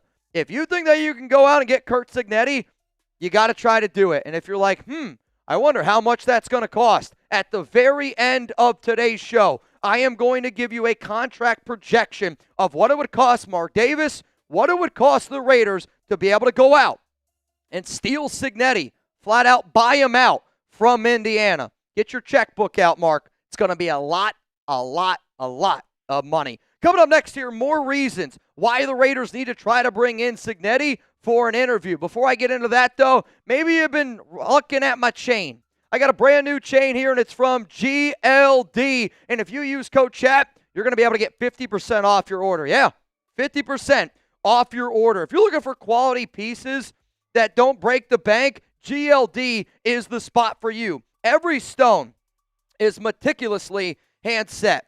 GLD has all chains, pennants, rings, earrings, fully iced out watches, so you can find the perfect gift for anybody. Heck, you can find the perfect gift for you. Over 2 million customers, 50,000 five-star reviews, worn by stars like Justin Bieber, Micah Parsons, Malik Neighbors, Kevin Durant, maybe even Mitchell Renz. GLD is officially collab with the NFL, so you can get every NFL team on a pendant this season. They also have official collabs with the NBA, WNBA, MLB, NCAA, MLS, and even DC Comics. Chains and pennants that you will rep, so that way you can rep what you love. Work hard, change the game, and for a limited time only, new customers are getting an insane deal. Use code CHAT, that's C-H-A-T, it's up on screen. If you don't know how to spell it, then I don't know how you're watching anything from Chat Sports. To get 50% off at GLD.com.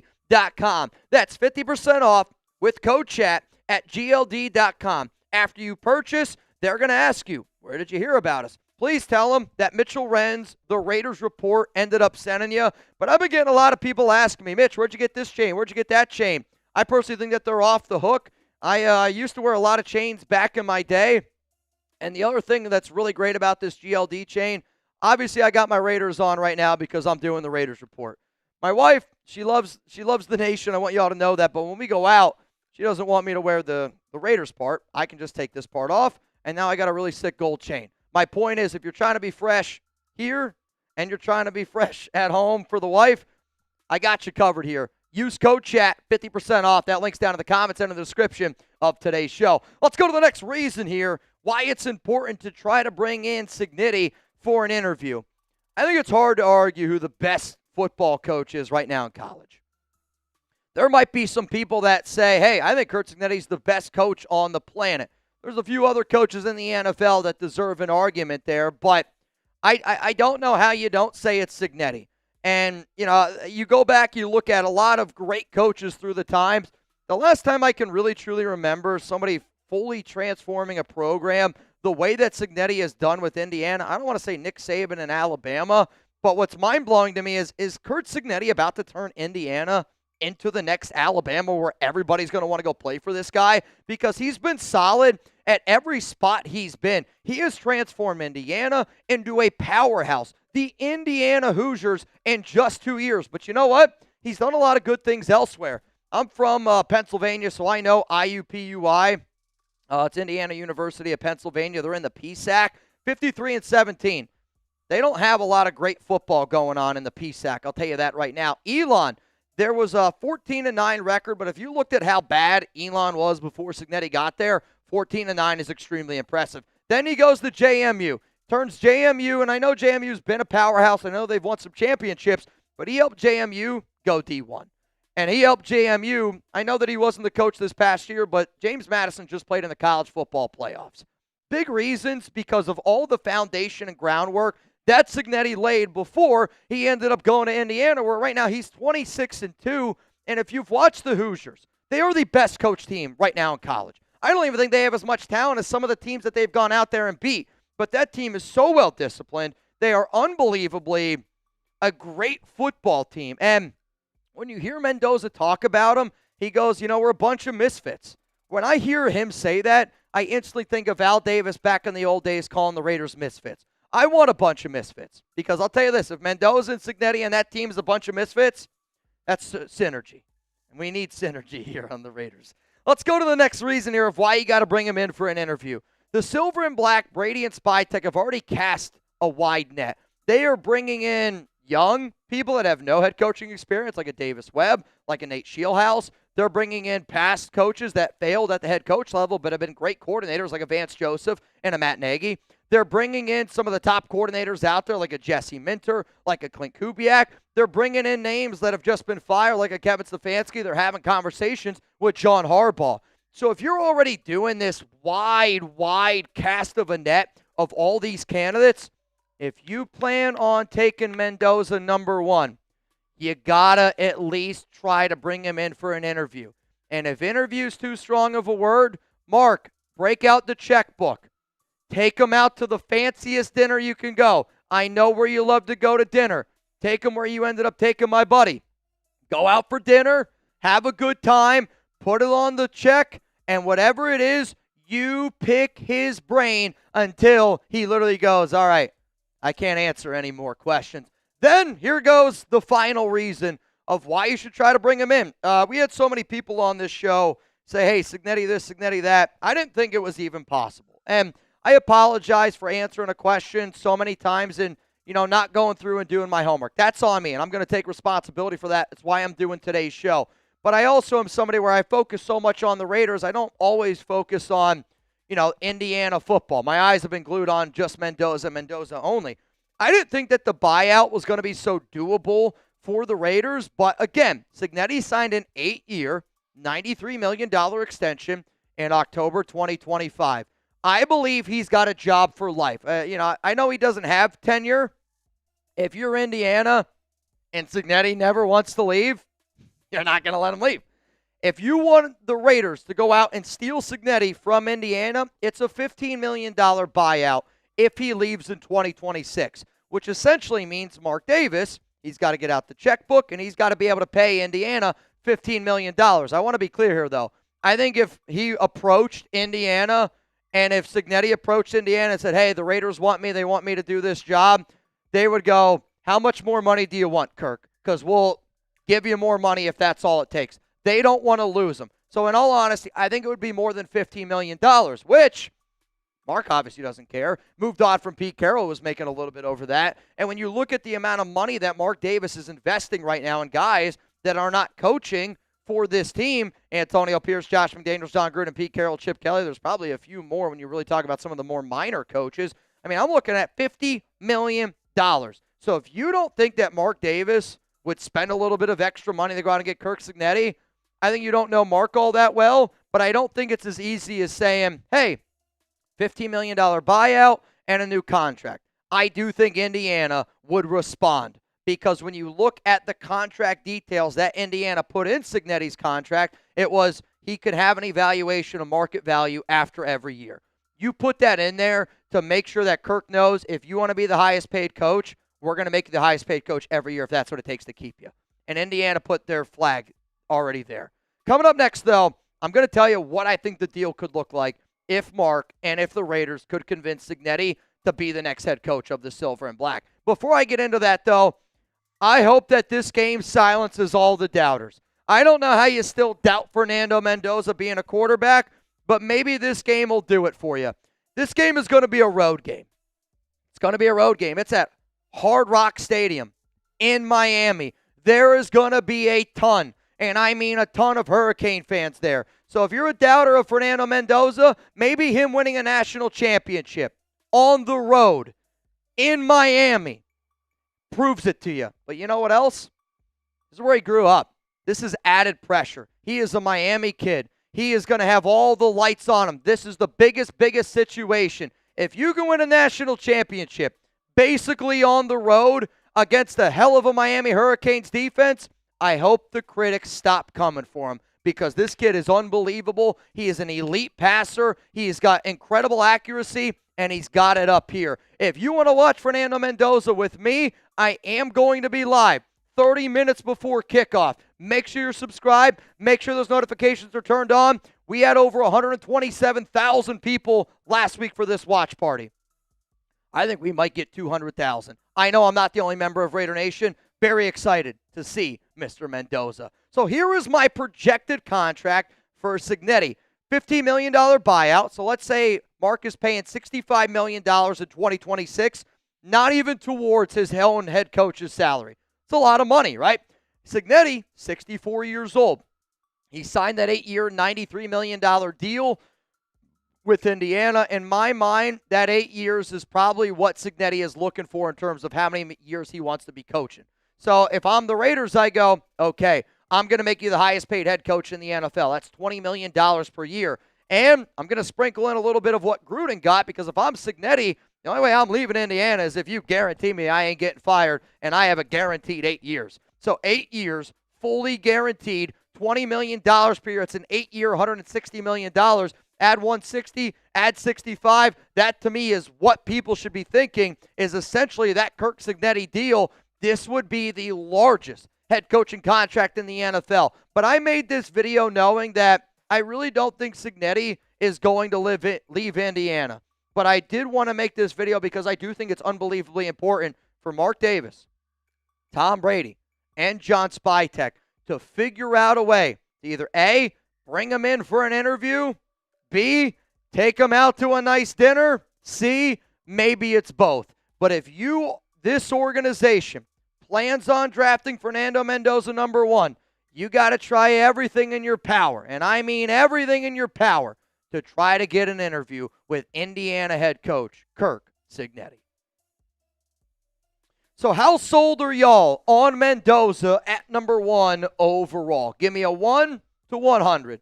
If you're typing 100, and I'll say this, I'm at a 100 for Mendoza. I'm sold on him. To me, I'm sold on him. I know this kid. I believe in Fernando Mendoza. I really do. I believe in him. If you're typing 100, and if one of those people is Brady, Spytek, or Mark, go figure out and get in the room with Kirk. You got to be able to figure out a way to get in the room with Kirk. I don't think it happens. I want to be very clear on that. So the point of my video was you got to try to get an interview. What were you saying? I want to be in the room where it happens, the room where it happens, the room where it happens. Jeff Garcia says 2,000. You don't know what that's from because you're right. I don't. I thought you were singing "I want to be the very best, like no man ever was." I bet you somebody in the chat knows what I'm talking about. I want to be in the room where it happens, the room where it happens. Sold 100%. Let's effing go from Buckeye Raider. I'm with you, Buckeye Raider. Let's freaking go, man.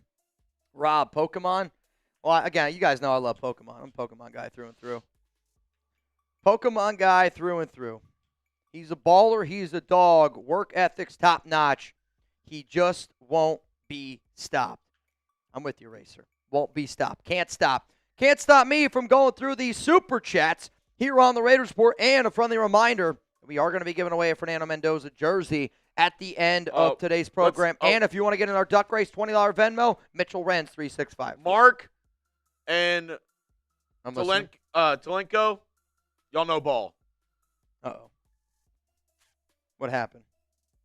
Oh, they just know what I was singing. Yeah, now it's Naturo? No. Oh. That's Naruto. Naruto? That's anime. You see, I don't watch it. Hamilton. What I told you to watch. Yeah, I know. Before. You sound like my wife. Robert, only trade number 1 of the Jets for all the first, second-round picks for the next 3 drafts. I'm tired. Raiders. What? You said I sounded like your wife. I said, I'm tired. I mean, her go-to, and this, I love my wife very much. if people meet me in person, I'm a lot more laid back than I am on this show. But it's honestly, I try to give 110% when I'm here. I always try to give you guys everything I got. I think people could notice yesterday I was tired. I'm a normal dude. I get tired too.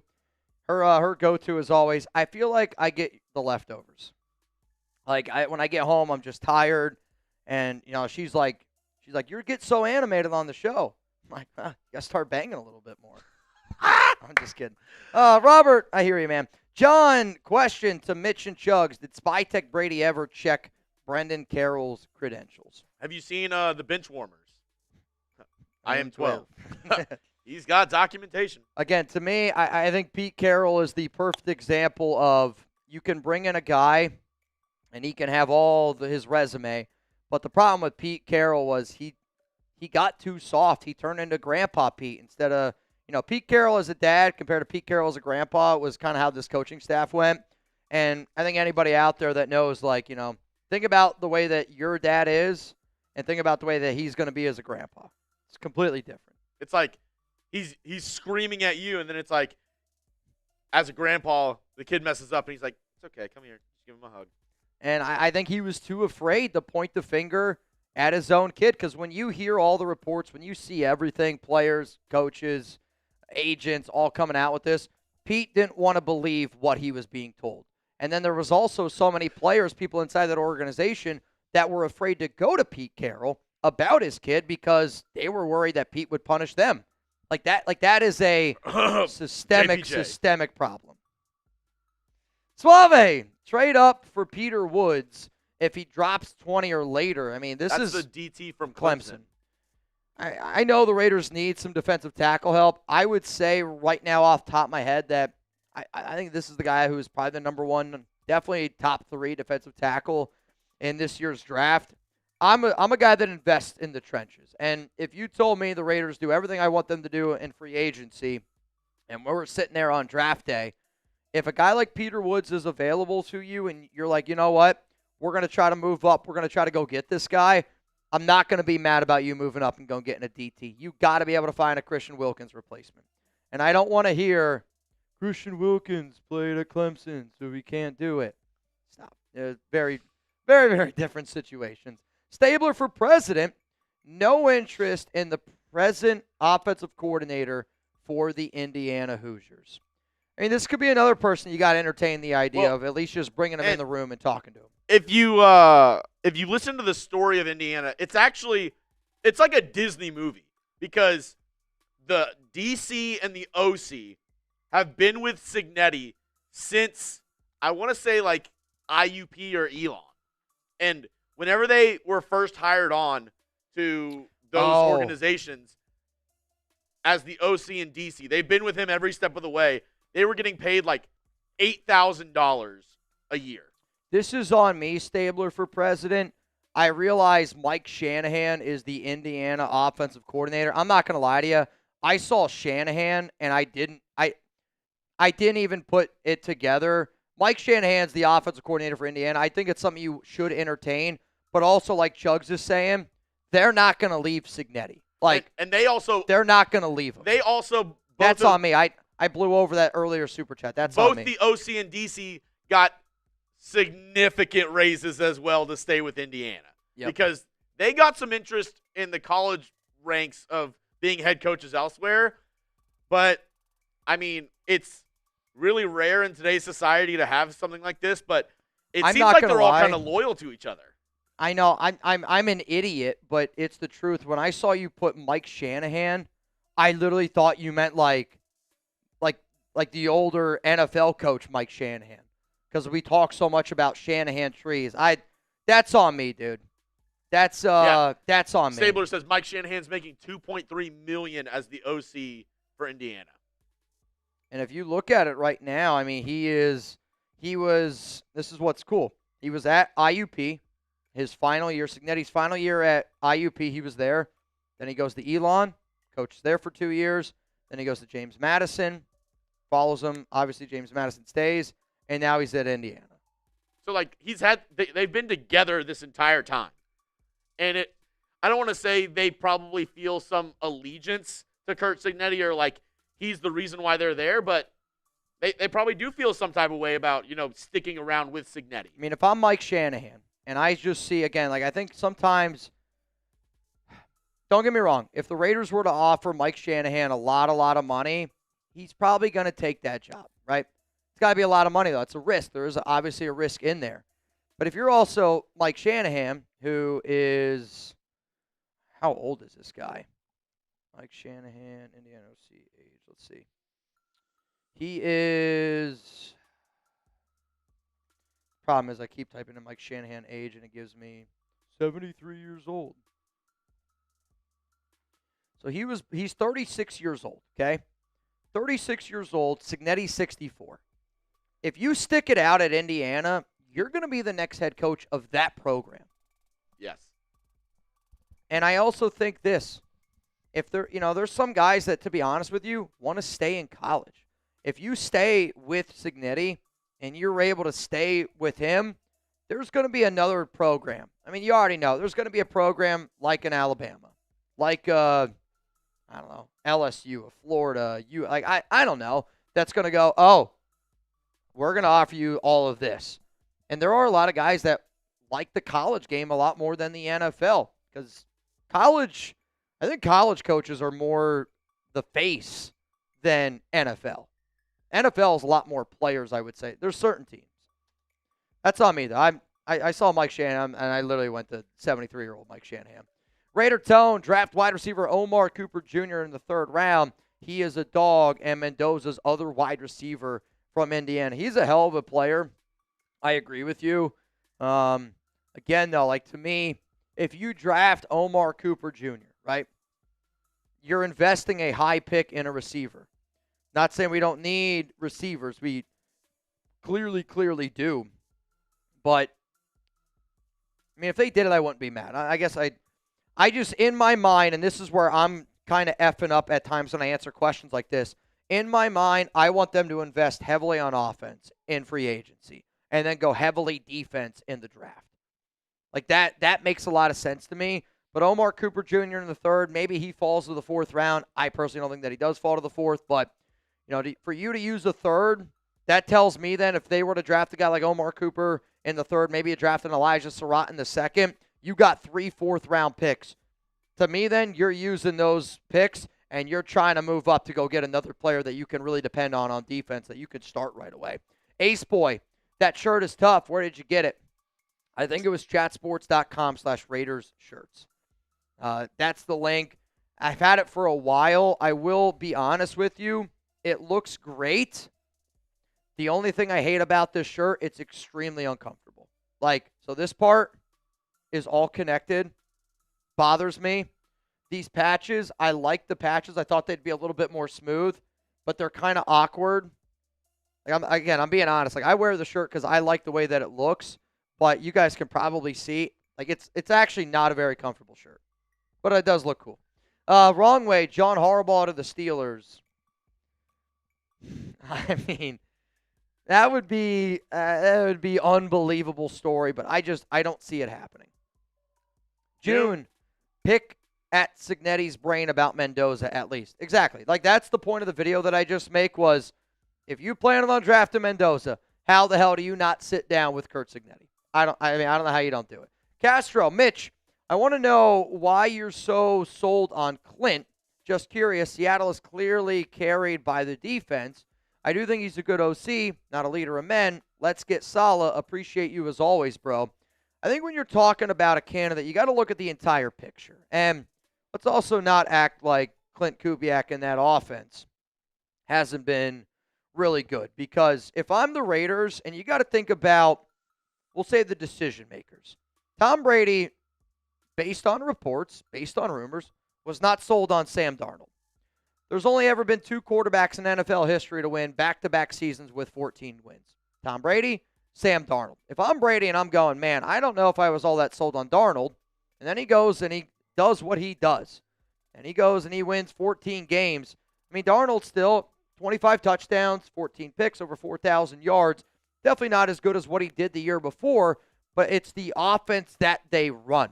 The offense that Clint Kubiak runs is a very under center, a lot of play action, little West Coast style, but it's also a lot of tight ends involved. It's very run-heavy offense, and that's the style of offense that would work out really well for Mendoza, and it would work out really well with the pieces that we already have. Like, to me, what I don't want to happen is the Josh McDaniels where you got all these players and McDaniels is trying to force players into his system.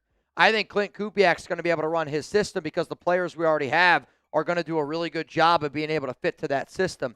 On top of that, look at the offense that Kubiak ran in New Orleans compared to the offense that he ran in Seattle. He did a really good job of putting the pieces that he had in a successful offense, putting the pieces that he had in a successful spot in New Orleans. And yes, the reason why Seattle is where they are is because they are an outstanding defense, no two ways about it.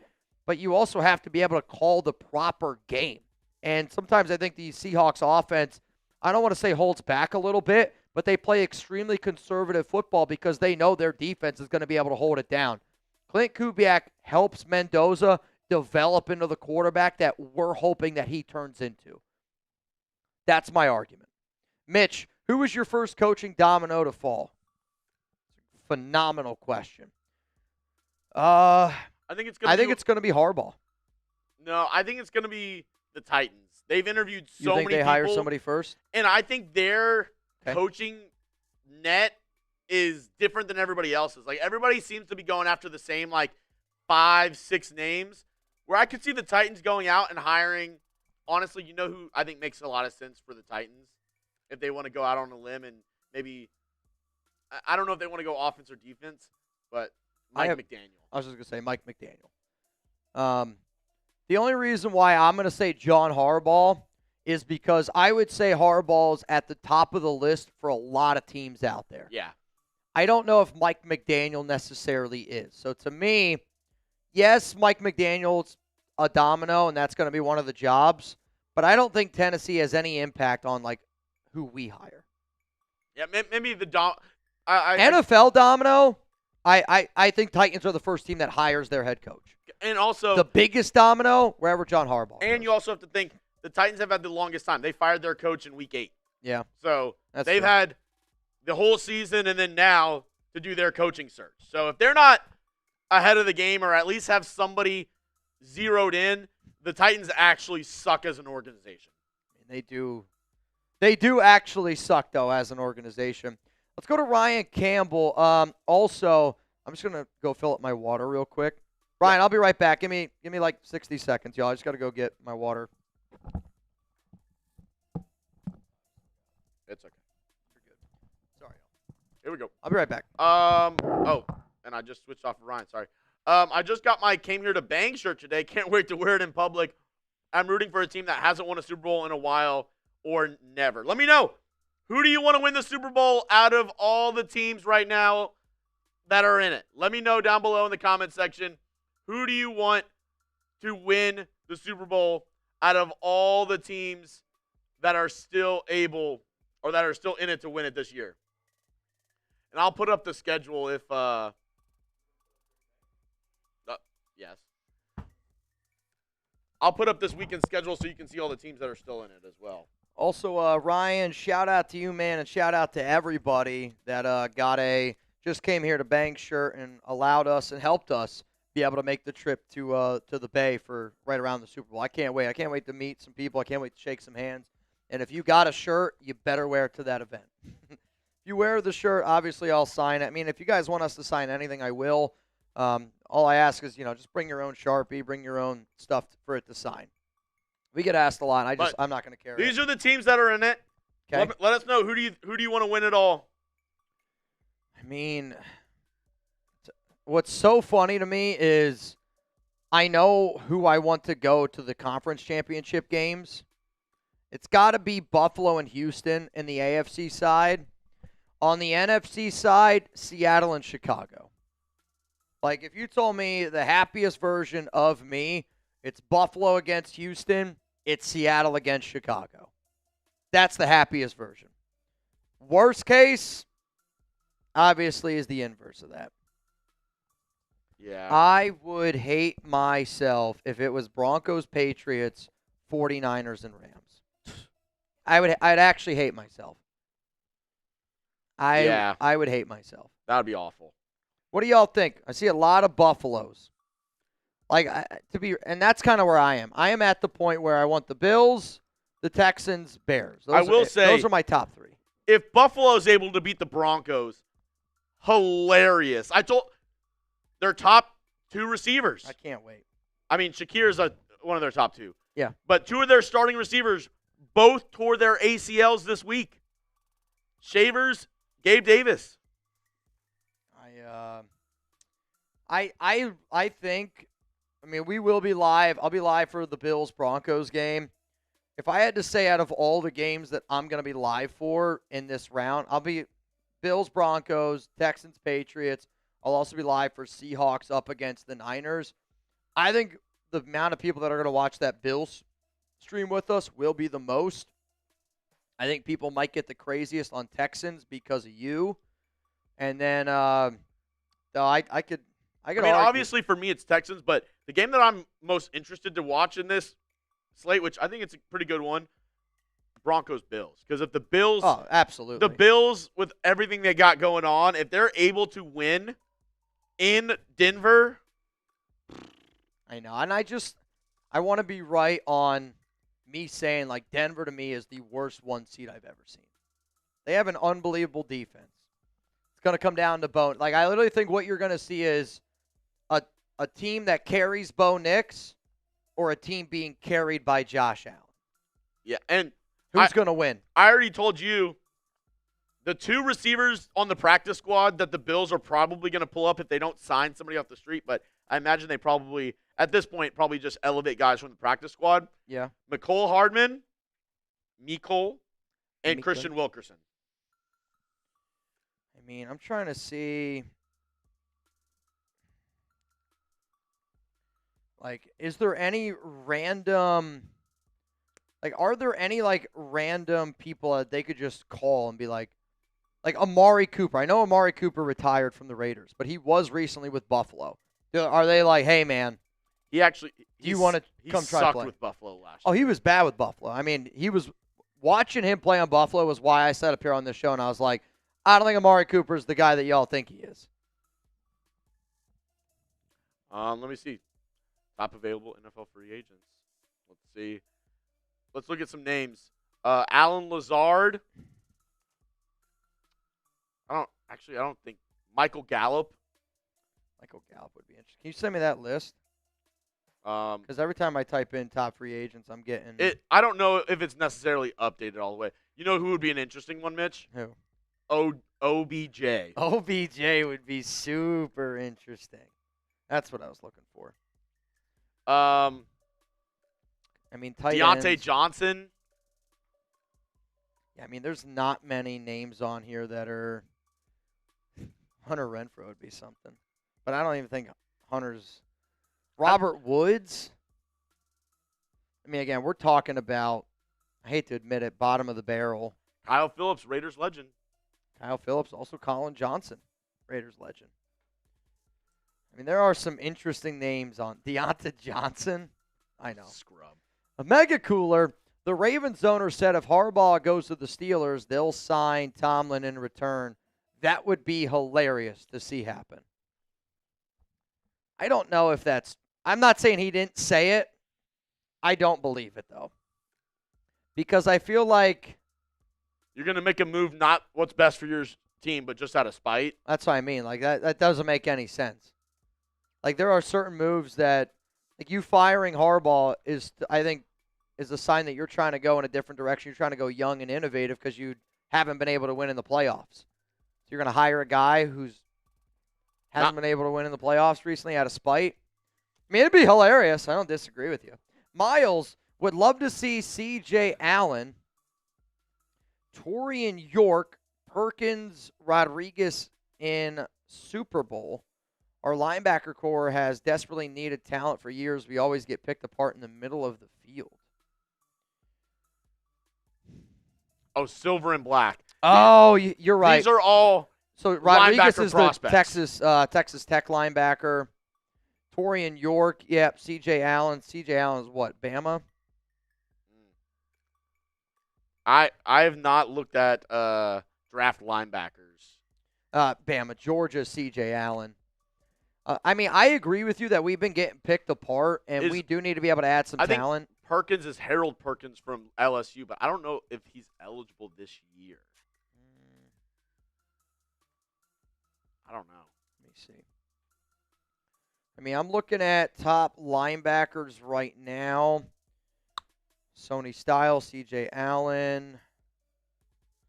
You know, I agree with you, Miles, and it's one of the reasons why I talked about Devin Lloyd. I've never really been a big let's spend money at the linebacker position guy, probably because Corey Littleton burned me so bad a few years ago. But if you're the Raiders, you look at your situation where you're like, we could have had Roberts playing. We tried to get Christian Harris. Those guys are right now the top 2 linebackers on New England. And you're like, you know what? Instead, we're going to try to go out and get a Jermaine Pratt, a Landon Roberts, and a Devin White. That can't happen again. You have Tommy Eichenberg. You got Cody Lindenberg. You could say what you want. Those guys are bottom of the roster type of linebackers. Though I would like to see Eichenberg. I thought he did some good stuff near the end of the year. If you're the Raiders, though, I do think being able to find a true green dot middle linebacker, somebody that can cover, blitz, do all these different things like Devin Lloyd can, it's got to be in consideration. But wow, there's some good linebacker down in the draft. What? Bears placed T.J. Edwards and Ozzie Trapillo on IR. See, that's a big loss for that defense. Ozzie Trapillo is their starting left tackle. Well, I mean Edwards. I wonder if this was known. I don't know. Send it to Harry. Maybe he knows. Red Raider from Edison. I mean, Rodriguez is a hell of a player. He's just a football player. Does a lot of great things for you. He's not going to have a great combine, and I'm excited to be able to see what he looks like at the combine. I'll be there this year. I can't wait to meet Mendoza, man. That's going to be a wild one. I'm going to wait in line. I don't care how long I got to wait. I will get a question for Mendoza. Born a Raider fan, who are your top 3 head coaches for us? I would say Clint Kubiak, Jesse Minter, Chris Shula. Those are my top 3. Andreas Canella, what's up, my man? What's up, Mitch? Just tuning in. What do you say about trading down with the Jets, getting 3 first-rounders, and Garrett Wilson? Drafting more, pairing Moore and Harbaugh would be fire. That's if Dante Moore comes out. I want to give a lot of credit here to our Oregon host here at Chat Sports, Will Ortner. He also covers the Seattle Seahawks. And he flat out told me, he told me a few days ago, he's like, Dylan Raiola is going to transfer to Oregon, and he's going to sit for a year, and Dante Moore is going to come back. So I don't know if Moore's coming out yet. I still don't know if we really truly know. But the only way I'm really going to entertain the idea of trading back to number 2 is if Dante Moore is available. I do think Moore is got a high upside. Though, to me, if you go out and you get a Dante Moore, I actually don't know if Harbaugh would be the choice I'd go with. I actually think it's more important for you to go offensive-minded head coach with somebody like Dante Moore who clearly needs a little bit more of development overall. But the other thing that scares me with Harbaugh is he wants a lot of control. And I just don't know if I want to get into a situation where a guy wants a lot of control. But Garrett Wilson, 3 first-round picks, I would still say that's not enough. And you're going to see what I want. Mr. Smith, name one coach from McVay tree that has been good after leaving. I think it's the McVay effect. Kevin O'Connell. Kevin O'Connell is such an easy one. Can't stand on their own 2 feet. Why are we so enamored by McVay? We want anyone in his circle. Kevin O'Connell's been really good, but there have been other coaches that have been successful underneath the Sean McVay tree. I'll pull it up real quick. Hang on. All right, so Raheem Morris has been somebody that's been effective. Again, not maybe the best head coach, but you look around the NFL, Zach Robinson, Raheem Morris. I don't know if I love Robinson.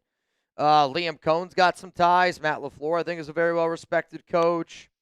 Kevin O'Connell. Wes Phillips is a name I'll throw out there. Greg Olson as the quarterback coach. Carolina Panthers defensive coordinator. Ojero Avero. Thomas Brown's, I think, an interesting name. I'm trying to look here. Matt LaFleur, I don't know if I mentioned him already. Zach Taylor's got a job. That's a lot. I mean, again, you look around the NFL, like there's some good names out there. And I hear you, like there is a Sean McVay effect, no doubt about it. Like McVay is an unbelievable guy. But there are a lot of good coaches out there. Chargers, Donkeys are the big phonies this year. Chargers looked horrible. Chargers looked absolutely terrible. I mean, they just fired their offensive coordinator. They fired their offensive line coach. They're going to have to look for a new DC. But the Donkeys, to me, again, yeah, I keep doubting them, and maybe I shouldn't because they do find ways to win, and I am a believer. Good teams find ways to win. But also at the same time, I'm just like, they don't look good for so many quarters, and then they figure it out. What's up, Mike? Mike LaFleur might be a perfect fit. Comes from the Sean McVay tree, which is a proven track record. Matt LaFleur, Kevin O'Connell, modern high-scoring system, could maximize weapons, Bowers and Genty. Who would be the defensive coordinator? It's a hell of a question, and I think like that's kind of the most difficult question for the Raiders, is who's going to be the guy that takes over for Patrick Graham. PG's been interviewing. He actually got an interview today with the Miami Dolphins to return back there. But if you bring in somebody that's got certain connections, Mike LaFleur could be again, like I don't know who exactly you could get. There's going to be certain interviews that got to come in. They got to be asked. But I think for the Raiders, it's about finding who that head coach, offensive coordinator is, and then you'll figure out the DC. You want to know how long Mike Tomlin's been the head coach for the Steelers? Since 2007. When he was hired, 5 months before the first iPhone was available. I mean, that's insanity. I mean, thinking about how long Mike Tomlin, I mean, what were you doing in 2007? I was in middle school. I was like, I'm in middle school. Oh, no, I wasn't even in middle school. I was in elementary school. Yeah. I was in middle school because I was in high school. I graduated in 2011, so that's 11, 10, 9, 8. 2007, I'm in 8th grade. I'm an 8th grader. That's insanity. I don't think I could remember a single teacher from 8th grade's name. If I saw him, I'd remember him. Miss Zakarian's probably actually the only name. Yeah, I'm not gonna lie. She was a very beautiful woman. What are your Super Bowl picks? I'm gonna go with the Bills, and I'm only saying that because the Bills have been the number one team that I've wanted. Though I know. I want it to be Bills Chicago. That's what I'm hoping. I mean, dude, if the Bills play the Texans, I'm going to be very split. Because I'm going to root for Josh Allen. Like, genuinely, whoever won that game, I would not be upset about. I cannot say the same. Rar Dakota. With now the Steelers joining the head coach search, do you think the Raiders might miss out on one of the top young head coaches? There's a potential, but I also think, like, there's a chance that, dude, like, I think for anybody that doesn't want Brian Flores, Steelers in Baltimore being open should make you happy. I think Brian Flores will be the head coach of one of those two almost teams. A third of the NFL has head coaching vacancies.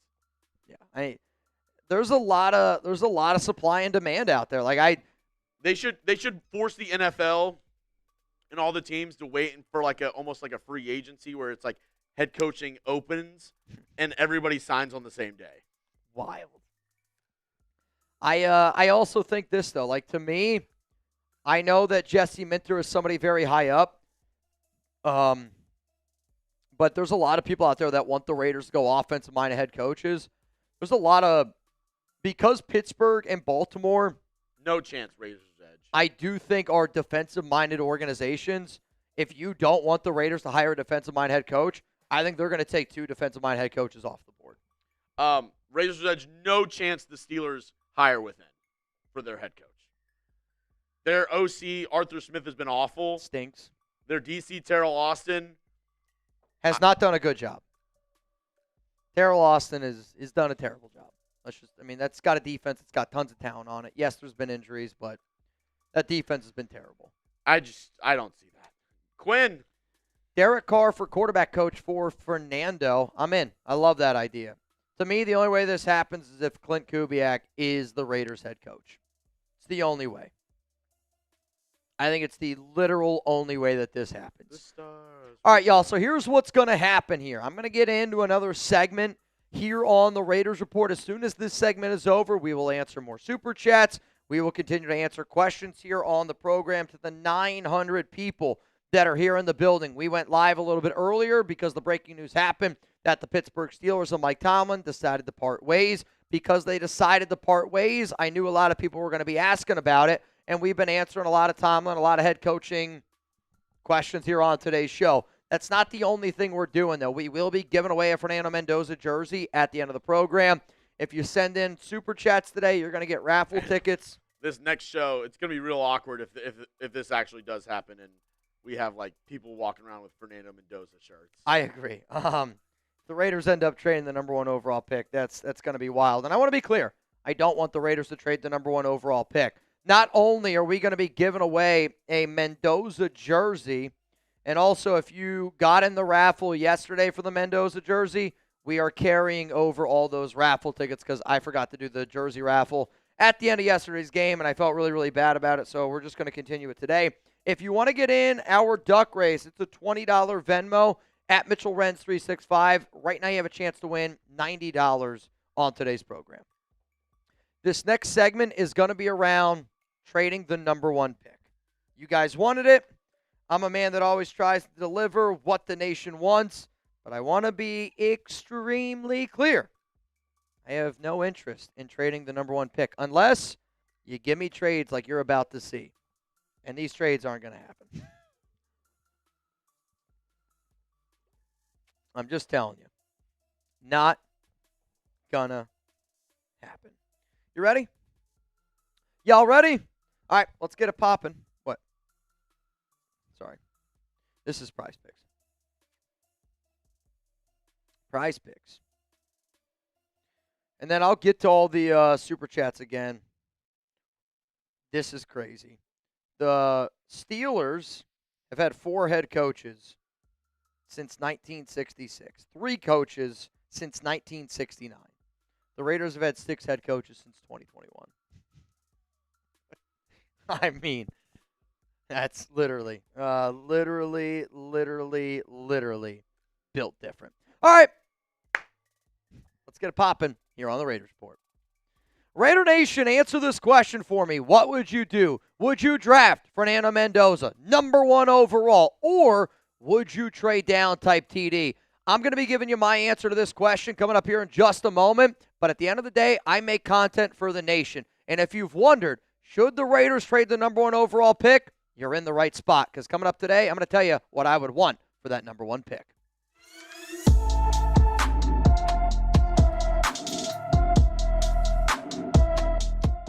Coming up today here on the Raiders Report, I am going to be revealing what the cost is for the Raiders' number 1 overall pick in the 2026 NFL Draft. To be clear, I don't think the Raiders are going to trade this pick. And to be clear, I am Team Mendoza. I have wanted the Raiders to get a franchise quarterback. I believe Mendoza is a franchise quarterback. And the reason why I am making this video is because I get asked all the time what it would cost for the Raiders to trade away the number 1 pick. This is an offseason about supply and demand. So the trades that you are going to see are going to be a ridiculous, and I mean a ridiculous price tag. Why? Because I want Mendoza at number 1 overall. And to be clear, I don't think any trades that you're going to see are going to happen because what I want, my price is up here. I think what teams are going to offer is going to be here. So it's going to be really, really difficult to be able to meet in the middle. But again, I want Mendoza. I am Team Mendoza, and I think that he has got everything that you look for in a franchise quarterback, considering the players we have and then the coaching staff and Tom Brady and John Spytek in place. This is going to be a really good fit. So the trade cost is going to be extremely, and I mean extremely high. Let's go to the trades here, and I'm going to mix and match here. It's what I like to do on the Raiders Report. I like to be able to show you some different trade ideas. First off, I'm going to tell you what my trade cost is for the number 1 overall pick. And this obviously changes because different teams have different picks. There's different situations across the NFL. But if there's going to be a team and they want to pick up the phone and they want to go, hey, how you doing, John? Hey, how you doing, Tom? Hey, how you doing, Mitchell Renz, host of the Raiders Report? What exactly is going to be your price tag for that pick? I'm telling you this right now. It starts with 4 first-round picks. If you're not willing to offer me 4 first-round picks, guess what? I'm not willing to listen to what the hell you got to say. If you don't have 4 first-round picks, you better figure out a way to go get them, whether you're trading players away or you're going to give me a haul. What I do want to say, though, is if you are the Raiders and you trade that number 1 overall pick, you better also give me a quarterback in return because we need to be able to get depth. I personally do not know if Dante Moore is going to end up coming out, and I personally don't really think that he is. I think he's honestly going to go back to Oregon, and he's going to play there another year. So, again, supply and demand. There's not a lot of great quarterbacks in this year's draft. There's not a lot of great quarterbacks on the open market. So I want to make a team overpay for that number 1 overall pick. And when you look at this Raiders' current quarterback depth chart, Geno Smith's going to be gone. Kenny Pickett's a free agent. It's only Aiden O'Connell. So if you don't draft Fernando Mendoza, I want whatever team is going to give me those 4 first-round picks, I want you to also give me a quarterback. I'm not saying that that quarterback needs to be a starter, but what can't happen is I can't invest some of those other picks and getting a quarterback. You're going to give me your backup. You're going to give me a third stringer because I still then got to go out and find another potential starting quarterback. The problem with that idea is, though, there might not be any starting quarterbacks available come the NFL draft. Just want y'all to know that. Conversation starts, though, to be clear, with 4 first-round picks. Let's now go to what the NFL trade value chart says. And anytime I get asked about trades, I do always look at the NFL trade value chart. The photo that you're going to see, you're not going to really be able to see anything. But I do want to show you that if there is an actual chart, if you go on Google and you type in NFL trade value chart, it essentially values each pick. Every one that you see in green are all the Raiders picks. So the number 1 pick they'll show you is a value of 3,000 points. The Jets pick at number 2 is valued at 2,600 points. If you want to be able to see this a little bit more in depth, I encourage you to, again, go to Google and type in NFL trade value chart. So according to the NFL trade value chart, this is what it would cost for the Jets to move up and get the number 1 overall pick. It would be a pick swap of 1 and 2, and we would get a second-round pick. It's the number 1 pick in the second round at number 33 overall. I want to be very clear. If the Jets offered me this, I would probably look at Woody Johnson, and I'd say, hey, Woody, do you remember many years ago you told me to drop down and give you 10 push-ups? I want you to drop down at 80-plus years old and give me 100 push-ups because this is not even close. And right now, when I think about the Raiders' number 1 overall pick, maybe it's a bad comparison to make because I'm not saying the Raiders' number 1 pick is shit. I'm not saying it's toilet paper. But what it makes me think of, I saw people buying toilet paper during COVID for hundreds, and I mean hundreds of dollars. Why? Because supply and demand. The demand was still there. The supply was running thin. Because Fernando Mendoza is clearly the number 1 overall pick, because the other quarterbacks out there, I'm going to make you give me hundreds of dollars for that toilet paper. I'm going to make you give me so many picks that you're going, man, that is a drastic, and I mean a drastic overpay. But that's what Mendoza and the number 1 pick means to me. Let's go to my Jets trade here. And I think certain trades are going to be different. You're going to notice that what I'm going to ask for from the New York Jets is going to be a ridiculous amount. But guess what? That's what I want. I want a ridiculous, and I mean a ridiculous amount of picks for the Jets. And here's the thing. They got the picks to be able to do it. So that's why I am asking for this. I've sat back and I thought, does it make sense to ask for all 6-round picks? Because they got 2 this year, 3 next season, and then obviously they have that another first-round pick in 2028. I thought that actually was a little bit overboard. I think getting 5 first-round picks for you to essentially just go from 1 down to 2, and to be nice, I'll throw in 2 fourth-rounders for the New York Jets fans out there. Because we also have another 4th-round pick. It's a comp pick in the 4th round. But if you're the Jets and you know that they traded away Sauce Gardner, you know that they traded away Quinnen Williams, they went all in on a QB. And this is also the reason why Raider fans, to me, should want to draft Mendoza. You can have all the picks in the world. You're going to have all the picks in the world. Doesn't mean you're going to be able to go out and get your quarterback. And right now the Jets are in a situation where they're like, holy shit, man. We have 5 first-round picks in the next 2 years. What if we can't get our quarterback? Well, since you already tried to go all in on getting your guy, because I think that's why the Jets traded who they did. They traded everybody away because I really think Woody Johnson wanted Fernando Mendoza. And I've had a good source tell me that Woody Johnson wants Fernando Mendoza. So, Woody, if you want him, here's where the conversation starts. I want 5 first-round picks.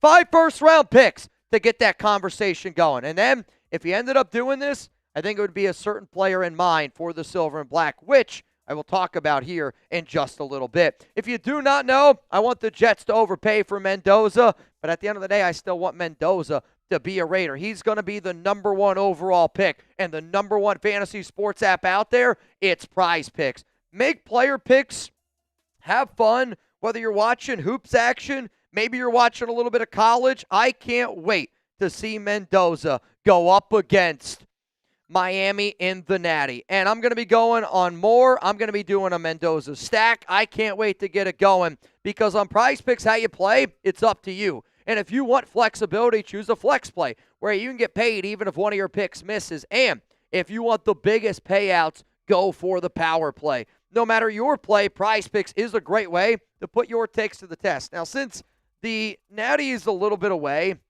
I don't have a lineup in yet for that one. So what I'm showing you is my lineup here for the weekend games. I'm going to be watching Josh Allen. I'm going to be rooting for him up against the Broncos. And then you got the Rams. It seems like Puka is always good for a touchdown. If you want to get in on the action, Prize Picks is now available in all 50 states.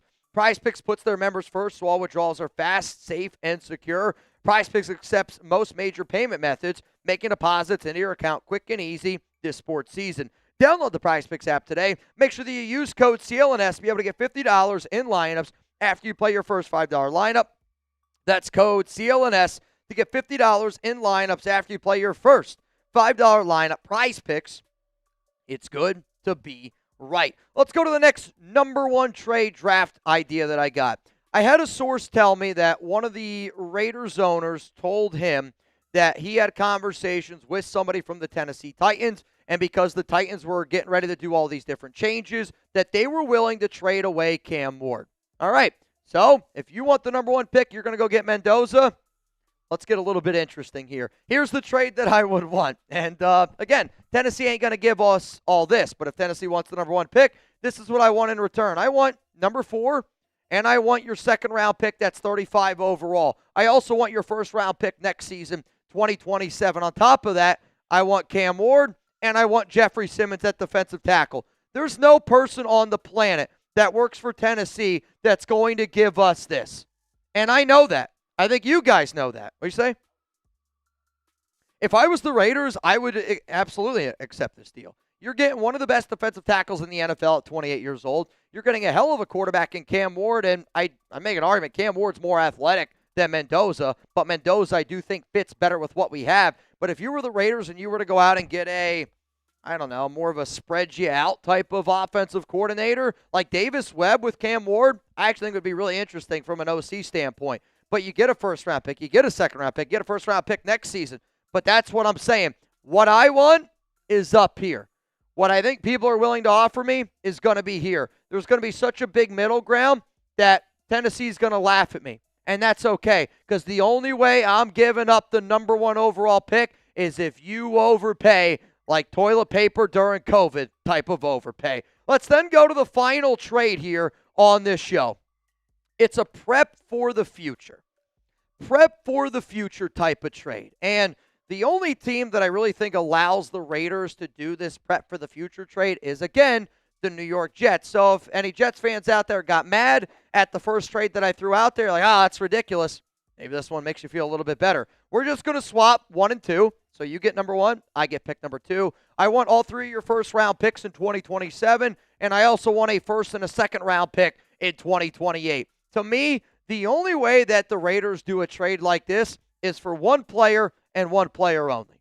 It's not Arch Manning. I actually laugh out loud when I hear people say Arch Manning to the Raiders because it tells me that you don't actually have any sources inside of this organization. Quite frankly, I don't think the Raiders are even kind of interested in Arch Manning. The 1 quarterback that I know for a fact that Tom Brady and John Spytek have already had conversations about, it's C.J. Carr, quarterback of Notre Dame, who I believe will be the number 1 overall pick in the 2027 NFL draft. If you don't know why the connections of C.J. Carr are there with Brady and John Spytek, well, there's a really cool show. It's called The Raiders Report. If you look up C.J. Carr and Raiders Report, I've already done an entire video around why that would be the player that the Raiders would do a crazy trade like this for. So again, a lot of different trades I threw out there. The reason why I wanted to do this show is, again, because I get asked, what is the number 1 overall pick worth? To me, it's almost priceless. I want Fernando Mendoza. I want the Heisman Trophy winner. I want somebody that is a franchise quarterback that makes everybody else around him better. That's who I believe it is. I think the pairing of Tom Brady, John Spytek, and Mendoza is almost a match made in heaven. So if a team wants that number 1 overall pick, you're going to have to give me a lot of picks for it, and maybe even a few players into the mix. If the conversation doesn't start with 4 first-round picks, you instantly hang up the phone. But again, it's because I want Mendoza. And if you're a Raiders fan and you want to trade the number 1 overall pick, I think that you should entertain these trades ideas because these trades are good values for us. But if you want Mendoza, just take him, man, because the Chiefs would never trade Patrick Mahomes. The Bills would never trade Josh Allen. And when you find that guy, the picks don't matter because when you find that guy, he makes everybody else around you better. Just ask Tom Brady. Let's go to Stabler for President Mitch. Chances you will be coming back to PA and maybe having a meetup. The next time I'm going to be in Pennsylvania is going to be in June. I won't be having a meetup, though. One of my best buddies, he was one of the groomsmen in my wedding. He gets married in June. I don't know if he wants me to, give all the details, but next time I'll be in Pennsylvania will be right in the middle of June. But no, I won't be doing a meetup. So I'll be there for a wedding. Now, again, to me, I'm going to be honest with you. If anybody's ever hey, I want you to do a meetup where I'm at, what's going to end up happening is I would say, all right, let's do a live show. We got to get to 100 bangs for us to do a meetup. And that sounds crazy, but the amount of time, the amount of effort, the logistics that we got to do as a company, and I know you guys know me as Mitch, the Raiders Report guy, and I am always going to be the Raiders Report guy. Me at Chat Sports, though, I do a lot of other things here at this company, and we're a growing company. And there's a reason why Chat Sports is one of the fastest growing companies in sports media world right now, and I take a lot of pride in that. So I want to be able to do more meetups. I definitely do. But also at the same time, I'm a lot more than just the Raiders Report host here at Chat Sports, and I hope that makes sense to people out there. If you do not know, we are about to run a duck race here. I went live with Chugs at 2 o'clock. We've been live for about 2 hours and 20 minutes. We did not go live at our normal time. So this is the end of the program. I know we typically stay live a little bit longer because we go live an hour later. But here's going to be the deal. If you want me to stay live, get your questions in. # Raiders or Super Chat. If you want to get in the duck race, it's a $20 Venmo at Mitchell Renz 365. What we have left to do here, answer supers, do a Mendoza jersey raffle, run a duck race. When all those 3 things are done, I will end up logging off today. And again, we went live a little bit earlier because of the breaking news of Pittsburgh, Mike Tomlin parting ways, which still, it seems pretty wild to me because there's just always coaches that I think of with certain teams. I'm always going to think of Mike Tomlin with the Steelers. I'm always going to think of John Harbaugh with the Baltimore Ravens. And the fact that both of those teams are going to have 2 completely different coaches, it's going to be wild. Stop it. All right, y'all, let me look here real quick. See if anybody else got in this duck race. I don't see anybody else, so if you want to run this bad boy, you want to run the raffle? Okay. So we're going to run the Mendoza raffle first. You're going to see a wheel. It's going to be really hard for you to see your name unless you're a superhero. Dave, what shirt is that? Chatsports.com/Raidershirts is how you get this one. Maybe. I actually don't even know if it's available anymore. It's just where I got it. The San Jose from Rebel. I will be doing a meetup in San Jose, yes. Friday, February 6th, between 7 and 11. I think it's going to be somewhere near downtown San Jose. I just don't have the location yet. But it's guaranteed Friday, between 7 and 11, near downtown San Jose. Save the date. Ready? Let's rock. Winner gets a Fernando Mendoza jersey. I'll say this. If Mark Hall doesn't win, he by far had the most. Yoda! Jenkins. Shout out to Yoda. Yoda had a ton. Yoda also had a ton. You're right. Man, I'm looking at it. To be honest, actually looking at this list, Yoda, Venthrak, Mark Call Was like 70% of the list. I was just going to say, that's literally basically. Yeah, that's a lot. Mark had the most. Mark had the most. No doubt Mark had the most. Shout out to Yoda Jenkins. Yoda. Yoda. All right. Yoda Jenkins. Mendoza jersey. Yoda, congratulations to you, my man. Congrats. Well deserved. Yeah, I'm with you, Rebel. I'm glad you said it. Though Mark Kosh rigged. Mark, dude, I'm sorry. You did have by far the most. I'm looking at it. Mark had the most, but that's just how it goes sometimes, man. It's how it goes sometimes. All right. Nobody else in for the duck race? I am going to refresh. Big Raz, 7 to 11 p.m. Yeah, it's probably going to be around there. Again, like to me, I don't think that a restaurant or a spot is going to be like, hey, we're hosting your party. I think it's going to be, hey, we're going to be here at this location. I'm going to be here from this time to probably about this time. Show up when you want and get some food. Let's get some drinks. Let's talk Raiders. Let's just hang out and have a normal day. That's probably how it's going to be. Yes. Now that, Mitch, you are big time at Chat Sports, next you still doing a costume Thursdays. I mean, we did that last year, but we didn't do that. I mean, we did it from time to time. You know, again, like we did it during Halloween. I'll say this. I don't mean to like toot my own horn. I think I've always been a higher up here at Chat Sports, even when I was wearing costumes. I mean, I was again, like to me, I'm one of the first guys here. Like, we've grown a long way. I'm also, though, like, I'm not afraid to wear a dress. I'm not afraid to wear a costume. I'm not afraid to do any of that stuff because I'm very comfortable in my own skin. I saw some people on social media poking fun at me, and that's just because I think that they're not comfortable in their own skin. So that's just me, though. Some people are jealous of success. channel size. Yeah, I think some people are jealous of how much success we have because they don't have nearly the amount.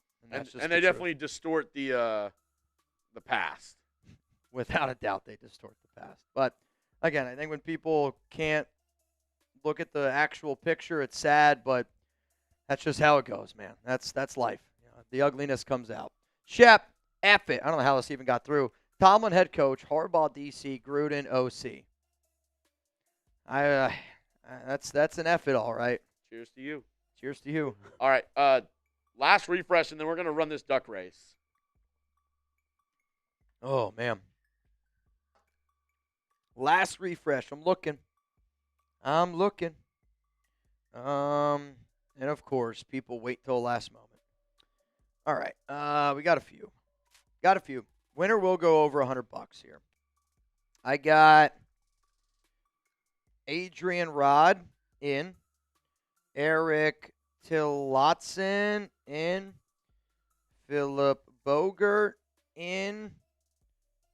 Greg Vack in. David Herringer in. So it is a $20 Venmo for a chance to win $140. Good luck to you. Good luck to you. Good luck to you. Good luck to you. Alrighty. Good luck. Good luck. Good luck. We're doing an actual duck race. Let's get it going. 3, 2, 1. Let's get it popping. Let's get it popping. All right. Mark, I'm hoping you win, though. Getting out to an early lead in a duck race usually is not a good thing. It's usually not a good thing. What's also funny is we got the first against the most recent. I mean, that's neck and neck. Oh, Mark said, all right, I'll go back here a little bit. Adrian Rod. I think right now Adrian Rod is on an island all by himself. Though LA Crash is in an interesting spot here. Victor Lobos looks like the most closest thing to a Raider, I would say. Chadwick Howard, he looks unbelievably sick. Him and Greg, dude. Greg and Chadwick, let's just be honest. If they were sitting on a bus, you're not sitting near them. No. That looks catchable. Hey, Zeus Franco, you know what they say. You got a big beak. I mean, if it's tied, he's probably winning at the end by a beak. Uh-oh. Greg Vack here in the back. Greg Vack here in the back. Greg Vack with the win. I don't know if Greg's ever won before. Greg, if you hear, you could please confirm that you just received 100 and, what is it, 140? $140. That would be much, much appreciated. 140 to my guy Greg. Greg, can you please confirm? I hope so. I hope so. Congrats to you, Greg. Congrats, congrats, congrats. Oh, man, what a day it has been today. We got one more super that we will get to. Again, we went live a little bit earlier for the Mike Tomlin news. At the end of the day, if there's head coaching stuff that comes out, even if it's not directly related to the Raiders, I hope that people understand the connections that we're able to make here. That the Steelers head coaching job open does impact the Raiders, even if it's not directly impacting the Raiders. Blank check for Kubiak, Minter, or Saleh. I'm not going to offer a blank check for Saleh. I don't even think I offer a blank check for Kubiak or Minter. I don't think that you need to do that if you're the Raiders. Like, this is an attractive job. And the only people that don't think it's an attractive job, it's people that just have their blinders on. And you have the number 1 overall pick. You got the opportunity to go get Fernando Mendoza. The better and better he plays, the more and more attractive this job's going to be. You got over $100 million in salary cap space. You got a respected guy in Tom Brady. John Spytek's very well respected too. This is a good front office. You got 10 picks in total. Like, you got some good players here. Brock, Ashton, Max. Like, people don't realize, like, we are not nearly as far away as what people think. I'm not saying that we're going to be good overnight, but when you actually have a coaching staff that's doing their job and putting guys in the best position to succeed, again, look at the 49ers. They've had so many injuries, but because they have good coaches, they can figure it out. So I'm going to be real. I'm not a blank check guy for these names, though it doesn't impact the Raiders' ability to be able to, add players in salary cap. It only impacts Mark Davis's wallet. But I'll also say again, like, I don't think you need to go blank check. I think if you give Kubiak his best offer, I think if you give Minter the best offer, if you give Saleh the best offer, compared money to all the other teams, they will entertain the idea. Now, again, if you're the Raiders, if Pittsburgh offers Kubiak, Minter, Saleh $15 million a year, if you're the Raiders, you probably got to go $18 million. That's just the way that it goes. But that's chump change to Mark Davis. Chump change. All right, y'all. Want to say hell of a show today. Greatly, greatly appreciate each and every one of y'all that always tune in and make the Raiders Report a part of your day. I will be back here again. The next time I'm going to be live will be Saturday. I'm off tomorrow. Obviously, you guys are still going to get a video from me. I think I'm also off on Friday this week, technically. I haven't looked at the schedule because it just changed. But no matter what, you're going to get videos every single day. You're going to get videos from me at home, especially this time of the year, because tomorrow is going to be an eventful day for Raider Nation. There's going to be some stuff that happens tomorrow for the Raiders. Brian Flores, wink, wink, nudge, nudge. You'll see an interview request for him tomorrow. But it's going to be an interesting day. You guys are going to get videos from me no matter what. I'll see you live. Oh, is that Gunny? That's sick. Gunny's got I just came here to bang shirt. That's freaking sick. I love it. All right, y'all. Peace out. Enjoy the rest of your day. From me, from Chugs, the whole Chat Sports team here. Go Raiders. And I'll see you guys live Saturday here on the Raiders Report.